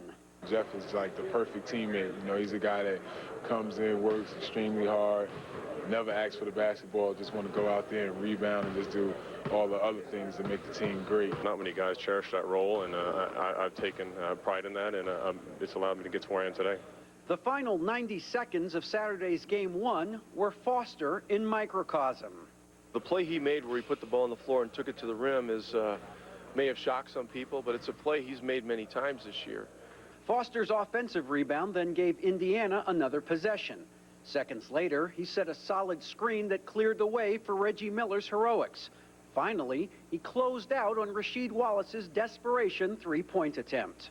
Since late in high school, I've been a guy that crushes the glass pretty hard, and did it in college, and I knew that was my ticket into the league, obviously. He reminds a lot of Dennis Rodman. You know, I think that's why he wears the number 10, because he analyzed the way he went after it, the way he played, the intensity that he played at, and the way he helped his team. And you got to have one of those guys on every championship team.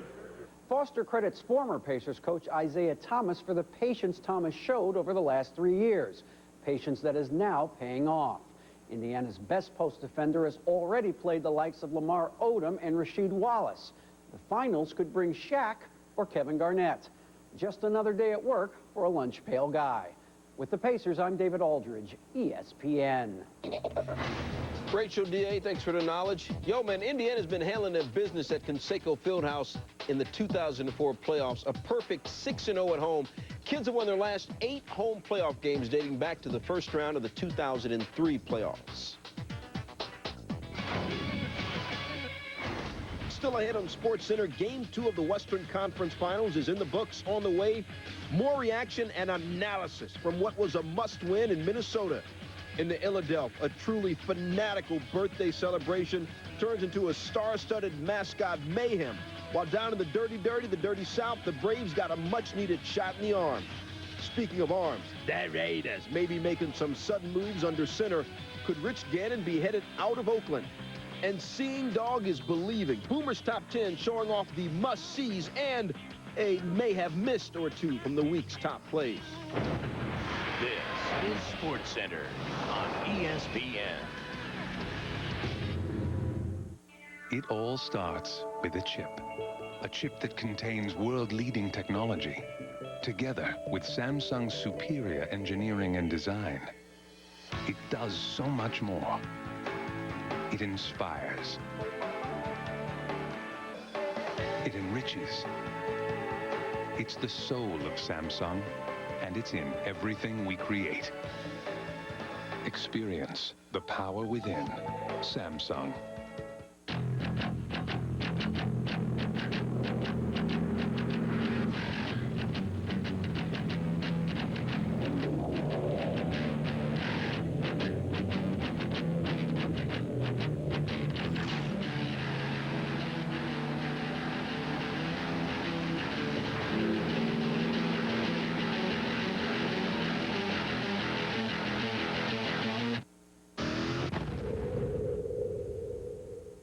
This is a road like no other.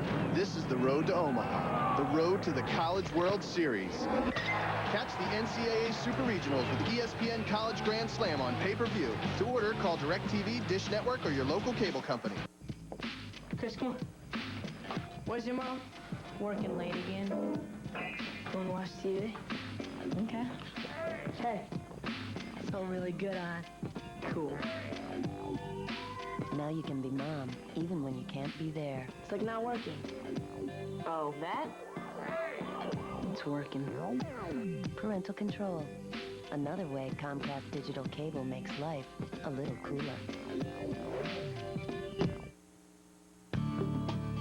If you're looking for beautiful quality replacement windows, then you need to call Gilkey Windows. They have the most energy-efficient replacement window on the market. They even guarantee a fuel savings in writing. Gilkey Windows are easy to clean, with no maintenance ever. And for a limited time, you can get triple pane windows at double pane prices and 6 months same as cash. You can't afford not to call the Gilkey Window Company. They have the windows of tomorrow, today.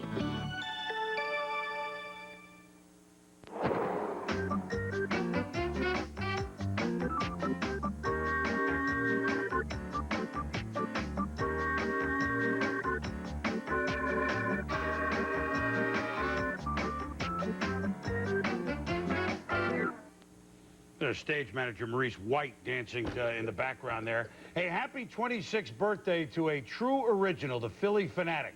Entertaining, as Nat King Cole once sang, kids from 1 to 92 forever. Yes, the chicken came before the egg, as in the San Diego Chicken. But all those early mascots, the Chicken, the Philly Fanatic, they all understood the game and their audience. And nothing would make the Philly Fanatic happier on his birthday than a Phillies home win. And as luck would have it, in town, San Diego. So here we go. And a birthday party. All the mascots. Oh, yeah. Got to hang with your own. Sean Woon's going to field it. Thinks about flipping it to Roberto Hernandez. Jay Payton called out. He doesn't like the call by umpire James Hoy. Payton. Had an argument. The next batter, Ramon Hernandez, a hot shot. Get past Chase Utley. Hernandez on at first. Kerry Robinson comes in a pinch run. 2 batters later, Phil Nevin up. Todd Pratt guns out the pinch runner. Robinson shaking up. And then here comes the argument. Payton, words with Hoy, and ship ahoy. Because Payton tossed, and so what happens, late in the game, in a close game, Bruce Bochy has to use a pitcher, Adam Eaton, with the score 6-3 in the 9th and runners at first and third, you know, to try to pinch hit here. So, what do you expect happens, right? Yep. Out. Well, then they get Ojeda, and so not happy Padres as they lose it 6-4. Dodgers and Braves, bottom 4, 2-zip Braves. Nick Green in first. Mike Hampton trying to bunt Green over. But Green is caught stealing on a nice play by catcher David Ross. That's 2 outs. Next pitch from Wilson Alvarez. Hampton, the pitcher at the plate. Can a pitcher get a little bit? That's his 13th career home run, first of the season. Yo, don't sleep on Mike Hampton at the plate. Twice in his career as a pitcher, he's hit 300 or better. 3-zip Braves. Top 6, 5-0 Braves. 2-1 for Jose Hernandez. Hits one to center. Andrew Jones got his PhD, play-a-hater degree. That's why he's got some gold gloves. Mike Hampton gets his first win of the year. Bravos win it 5-1. On to the NFL we go now, where the veteran quarterback shuffle is starting to rev up. Kurt Warner apparently strongly considering joining the New York Football Giants, the spot once occupied by Kerry Collins. Collins, meanwhile, jettisoned in a cap move by the G-men, apparently seriously considering becoming an Oakland Raider. Collins, just 4 years ago, took the Giants, of course, to the Super Bowl, and is far from over the hill at the age of 31. In case you missed the last month with a long nap, Collins became expendable when the Giants drafted Eli Manning.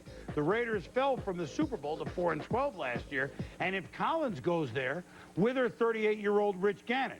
Gannon will not take a salary cut and ended the year last year, remember, on IR, although he's healthy now. If Gannon gets cut, again, we're just guessing here, but if he gets cut, could he rejoin his old coach, John Gruden, in Tampa Bay? If that were to happen, what would happen to Super Bowl champion quarterback of a couple years ago, Brad Johnson? As June 1st approaches, stay tuned. Speaking of the Gruden family in arena football, John Gruden's brother Jay leading the Orlando Predators against the New York Dragons. Chris Price intercepts Aaron Garcia's pass, and arena football going to go like this. He could go all the way because the field's just not as long, and it's 28-7 the Predators. And then Joe Hamilton, Frank, and Reynolds. Don't pull your love out on me, baby. To Anthony Bright. His future's so bright, he's got to wear a shade. Your basic defensive struggle, 65-41. Orlando over New York. And we welcome those of you that have watched the Timberwolves and the Lakers in a pivotal game number 2. Yeah, pivotal game number 2. Real pivotal for Minnesota because the L.A. Lakers, Phil Jackson specifically, never, ever lost a series when winning game 1. And this game on Minnesota's home court, you know it was large Very in charge. Let's take a look at it. Shaq has been dominating in the series, facing the Wolves' big man. Kobe Bryant ready to have some fun. KG and Sam Cassell playing through a bad back. I would have to say that no one feels sorry. Really. When I went down with my injury, we didn't get well cards from another opposing team. So if he's hurt, he hurt. First quarter, Cassell playing some D and Gary Payton. And Sam I Am comes up a little, had to go to the locker room. Nice back. I mean, in a man sort of way. Game tied at 11, Wally Zerbiak three. Watch your back. BooYah for Zerbiak. Zerbiak had 16 points, 22-18 Wolves. Kobe Bryant comes off the screen. Kobe dropping that crazy hot. Kobe 10 of 24 shooting. 26-22 Wolves. Zerbiak outlet to Latrell. Sprewell dunking in the house. Boom. What happened in the second quarter? Well, George Mikan really got going for me. No, I'm sorry. It's Kevin Garnett, the MVP, who has been so immense in both rounds of the playoffs. And the fadeaway, the foul, 34-26 Wolves at the half, 10 points Garnett. Karl Malone, the mailman, no. You don't deliver the mail on the Sunday. That's what happened. He got called for a charge. Late in the second, Shaq. D. 1 for 5 in the first half. Phil Jackson says, I don't believe this. Derek Martin misses the first. Makes the second. Timberwolves by 14 at the half. 51-37. Third quarter, Kobe's acting like a defensive whiz. Gets the steal. And then this is just ridiculous. I mean, I ain't going to say that, but that ain't right. Come on, Kobe. Cut it out. 27 points for Kobe. Kobe again. 58-46 Wolves. Wolves under a minute left in the third quarter. Sprewell to Big Oliver Miller can still get up. 65-56 Wolves. Same score, 10 seconds left. Kevin Garnett, big fella, 7 feet, and can drop threes like what? Wolves up 12 going into the fourth. Boom. And in the fourth, more Wolves. Imagine with the rebound, the layup, 70-57. Then Sprewell working on Derek Fisher, and it's pretty authoritative. T-Wolves by 15, 74-59. Kevin Garnett with the crossover in the lane. And it's all Minnesota on this day. The mailman, hits Derek Martin in the throat. Malone pops him here. He would be ejected. Minnesota in a game they had to have. And that'll make a little news as we head to Los Angeles for Game 3. But the Timberwolves roll over the Lakers 89-71. They drew out to the big lead early, and they were never headed. Minnesota showing that they belong in this thing, you know, and the Lakers felt they were going to steamroll.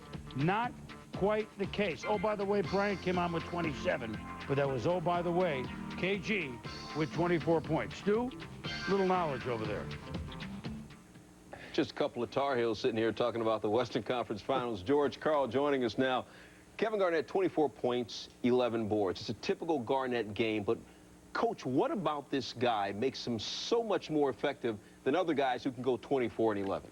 I just think right now his heart. He is a competitor. He's a mean guy. He's an angry guy. He plays the game with such a chip on his shoulders that for his basketball team, for his city. And he's the MVP. I mean, he's been by far, this guy was by far the best player in the NBA, and he knew in Game 1 he didn't get much done. What he did in Game 2 is he sucked into defense and created great opportunity for Zerbiak and Sprewell. Their bench was fantastic. Here you see he spin dribbles and the whole Laker team just sucks to him. He kicks it out, 1, 2, 3. Beautiful passing of the basketball, and Spree knocks down the 3. He had great energy. He led his team, and that's what he's probably going to have to do the whole series. This is the first game. He had a great game, but he's probably going to have 4 or 5 for the Minnesota Timberwolves to have a chance. Helping him out is Minnesota's bench. Zerbiak had 16 points. Martin had 15 points. Nobody off the Laker bench was in double figures. Why is it that Minnesota's bench becomes so much more important facing a team like the Lakers? Well, you know, in a lot of ways, what happened tonight was Minnesota went back to how they played before Sam Cassell came to the basketball team. And they played a lot of shooters out on the floor and let Garnett have the ball a lot of the time. And because of this, their bench got a lot of open shots. Early in the first quarter, Zerbiak was the guy.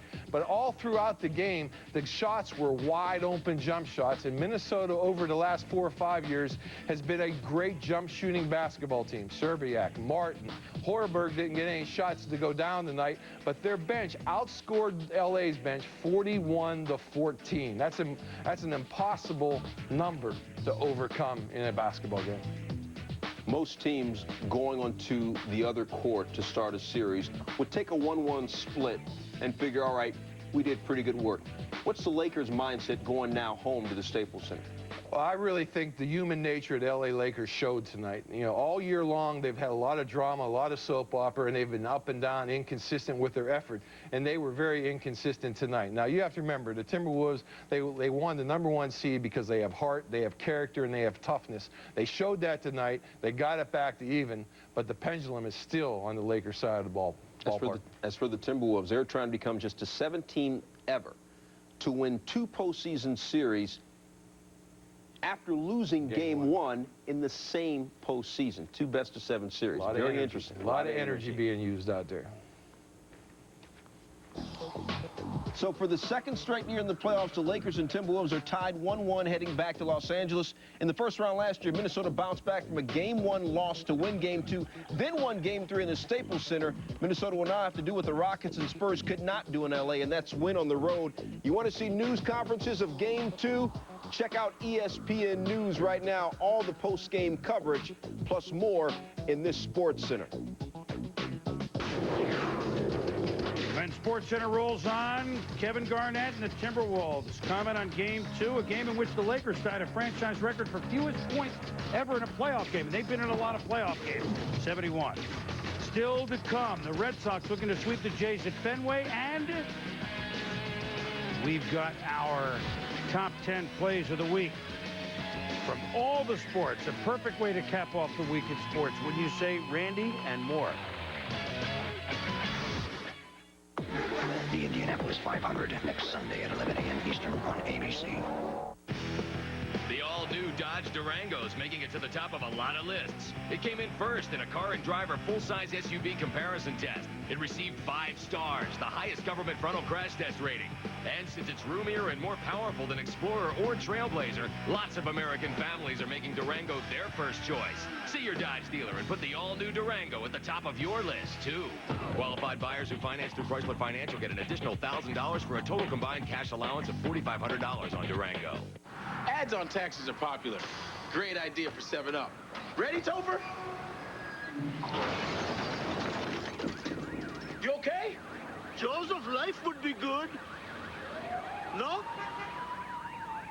Of all the innovations of the past 100 years, arguably the greatest are the forward pass and the ability to catch the forward pass.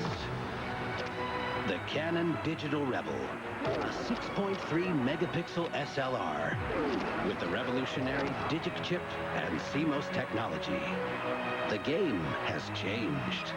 The Digital Rebel, the culmination of 68 years of Canon know-how. What you doing way out here? Water for Lost Dog in the Mojave, $2. I bet your folks are missing you. Rhinestone collar in Vegas, $40. Meatloaf special in Arizona, $8. Hey, buddy. Feeling at home when you're only halfway there, priceless. There are some things money can't buy. For your journey, there's MasterCard. How big is the universe? Infinite. It's the same with love. When one of the world's greatest minds was pushed to the edge, he survived to achieve greatness. Russell Crowe, Jennifer Connelly, A Beautiful Mind. ABC Monday, viewer discretion advised. There are goals. And then there are goals. The Stanley Cup Finals on ESPN. Flames versus Lightning, 7:30 Tuesday. Video games. A Sports Center 5-part series. About 65-70% of the NBA players play video games. Pro athletes helping to create the games that they play. Gotta help me out with the ladies, man. Make me look a little better, man. Some athletes use the games as a way to train. The games are as realistic as you can get without actually strapping into a race car yourself. And just wait until you find out how much money competitive gamers make. A Sports Center 5-part series beginning Sunday, May 30th. More baseball, Blue Jays and Red Sox. David Ortiz coming into the game with 33 RBI. Bottom 1, 2 on scoreless. Represent D. Ortiz RBI double off Miguel Batista. Johnny Damon scores 18 doubles this year for Ortiz, who said, I kind of look like Johnny Damon in slow motion. Bottom third, 4-zip Red Sox. Ortiz another 2-run double. My man got all swole. 3 for 5, 3 RBI in the day. Sox up 6 love. Miguel Batista, 3 innings, 5 earned runs, 94 pitches thrown. Top 6, 2 on for Josh Phelps. Jays down 6-2. Tim Wakefield just became a first-time dad 8 days ago. Little Trevor's been keeping him up at night. Says, Wakefield, you see my eyes. I've been helping my wife out as much as I can. Helped out there. Red Sox going to win it 7-2. Tigers and Mariners, top 6 tied at 1. Carlos Guillen at first. Pudge, Ivan Rodriguez. Mira, deep to center field. But Randy Wynn looking like Willie Mays back there with the little basket catch. Pudge 1 for 4, left 2 men on base. Brandon Inge, 2 grand slams this year, top 8, 3-1 M's, 2 outs, bases loaded for Brandon Inge, and we set up the strikeout. All right, I built it up. Mariners hang on to win it 3-1. When we were kids, we were all warned. Never trust anybody over 30. For this past week in the merry month of May, it's all changed.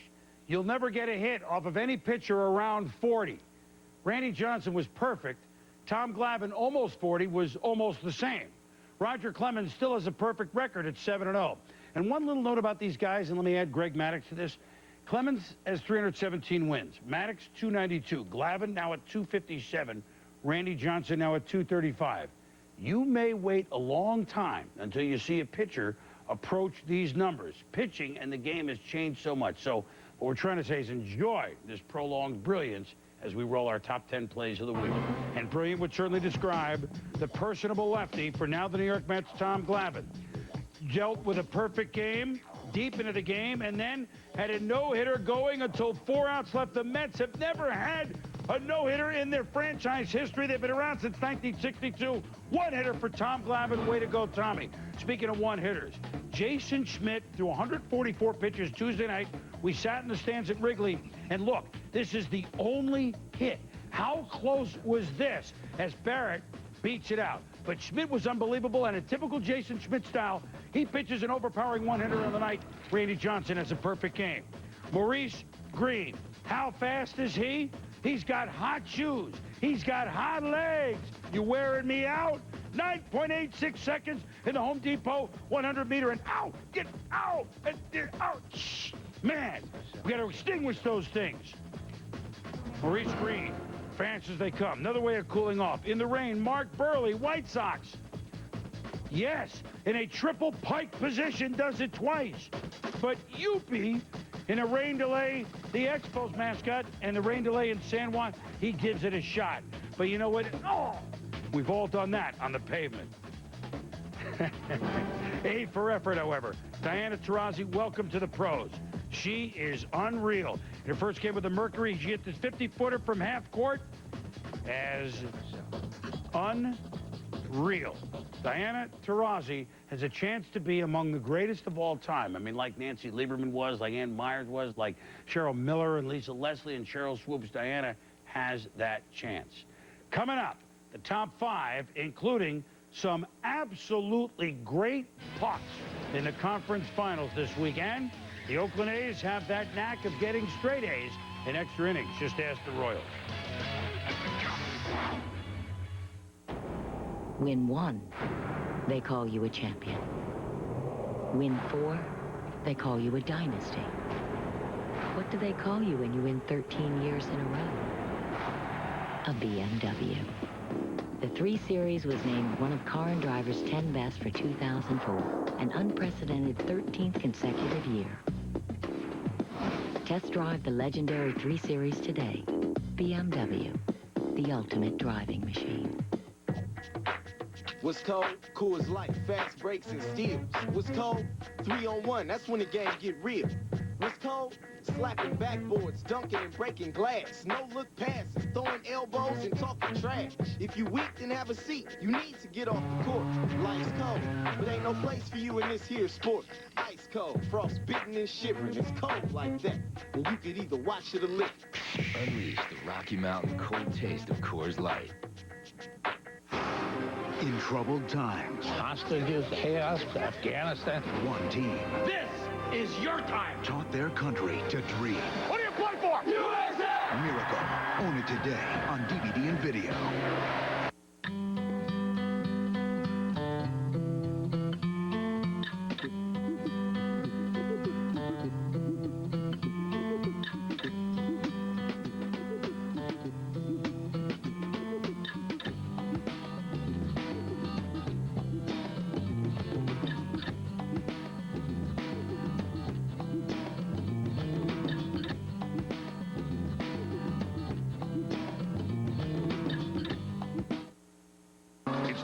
Nationwide sales drive at your Toyota dealer, featuring a crowd-pleasing car selection, outstanding quality, and amazing values, including the stylish Camry.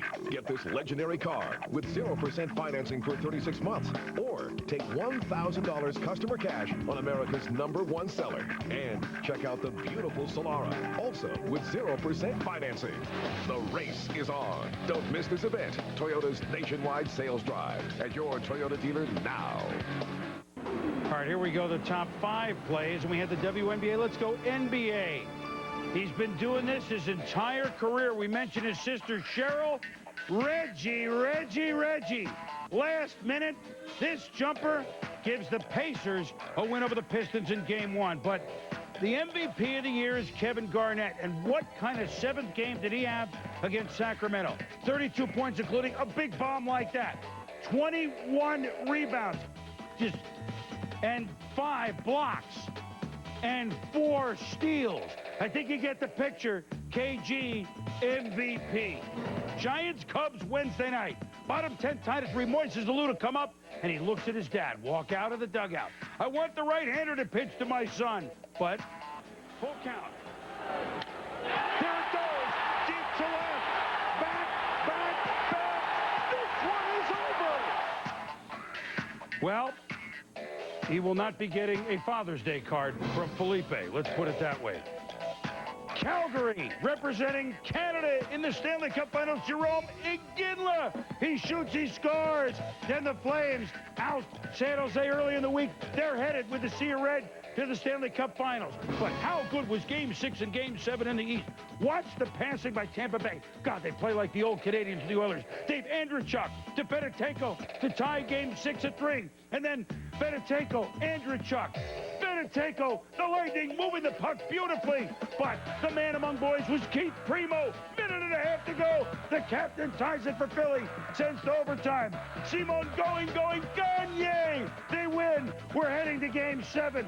Game 7, second period. Frederick Alamodine scores. Tampa leads 2-0, but then they come back 2-1. Watch this goaltending.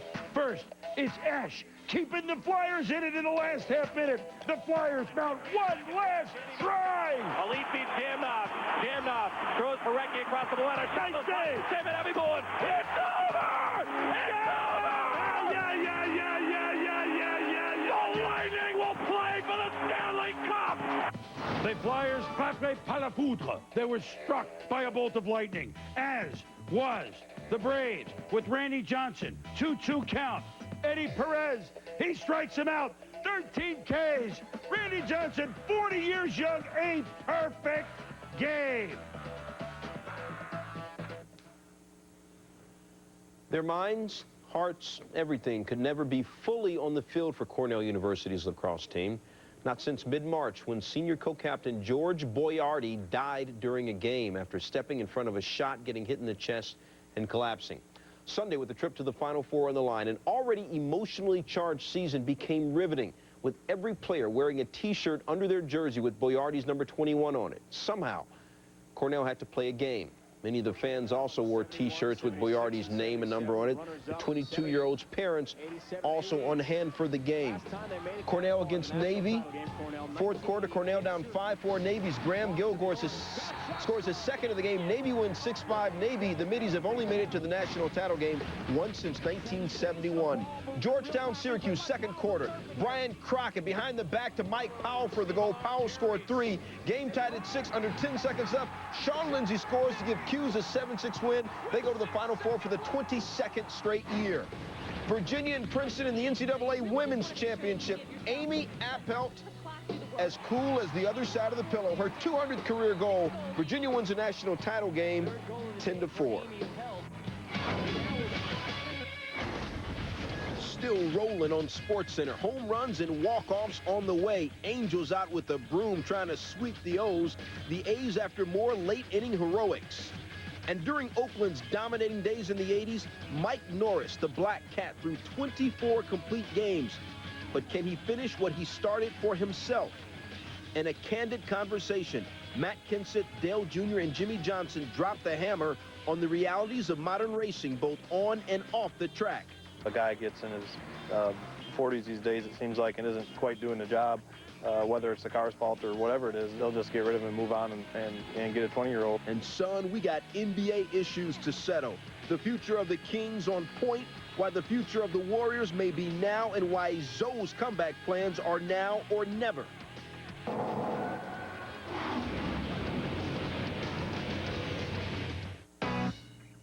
Let's get it started. The Pacers pulled out a dramatic victory in Game 1. Here's the three. As Reggie Miller came up with another clutch playoff performance. Now the Eastern Conference Finals move to Game 2. And the lob underneath to Ben Wallace. As Ben Wallace and the Pistons will try to break through and even the series against Jermaine O'Neal and the Pacers. Pistons-Pacers, Game 2. Coverage begins at 7:30 tomorrow on ESPN. We asked real mechanics what they think of the new Stanley Professional Grade Mechanics tool test. There's no difference in quality between these and the tools I paid a lot more money for. I think it's a really good quality kit. These were amazing. It's just a good deal. They're excellent. Now, for the first time ever, you don't have to be a professional mechanic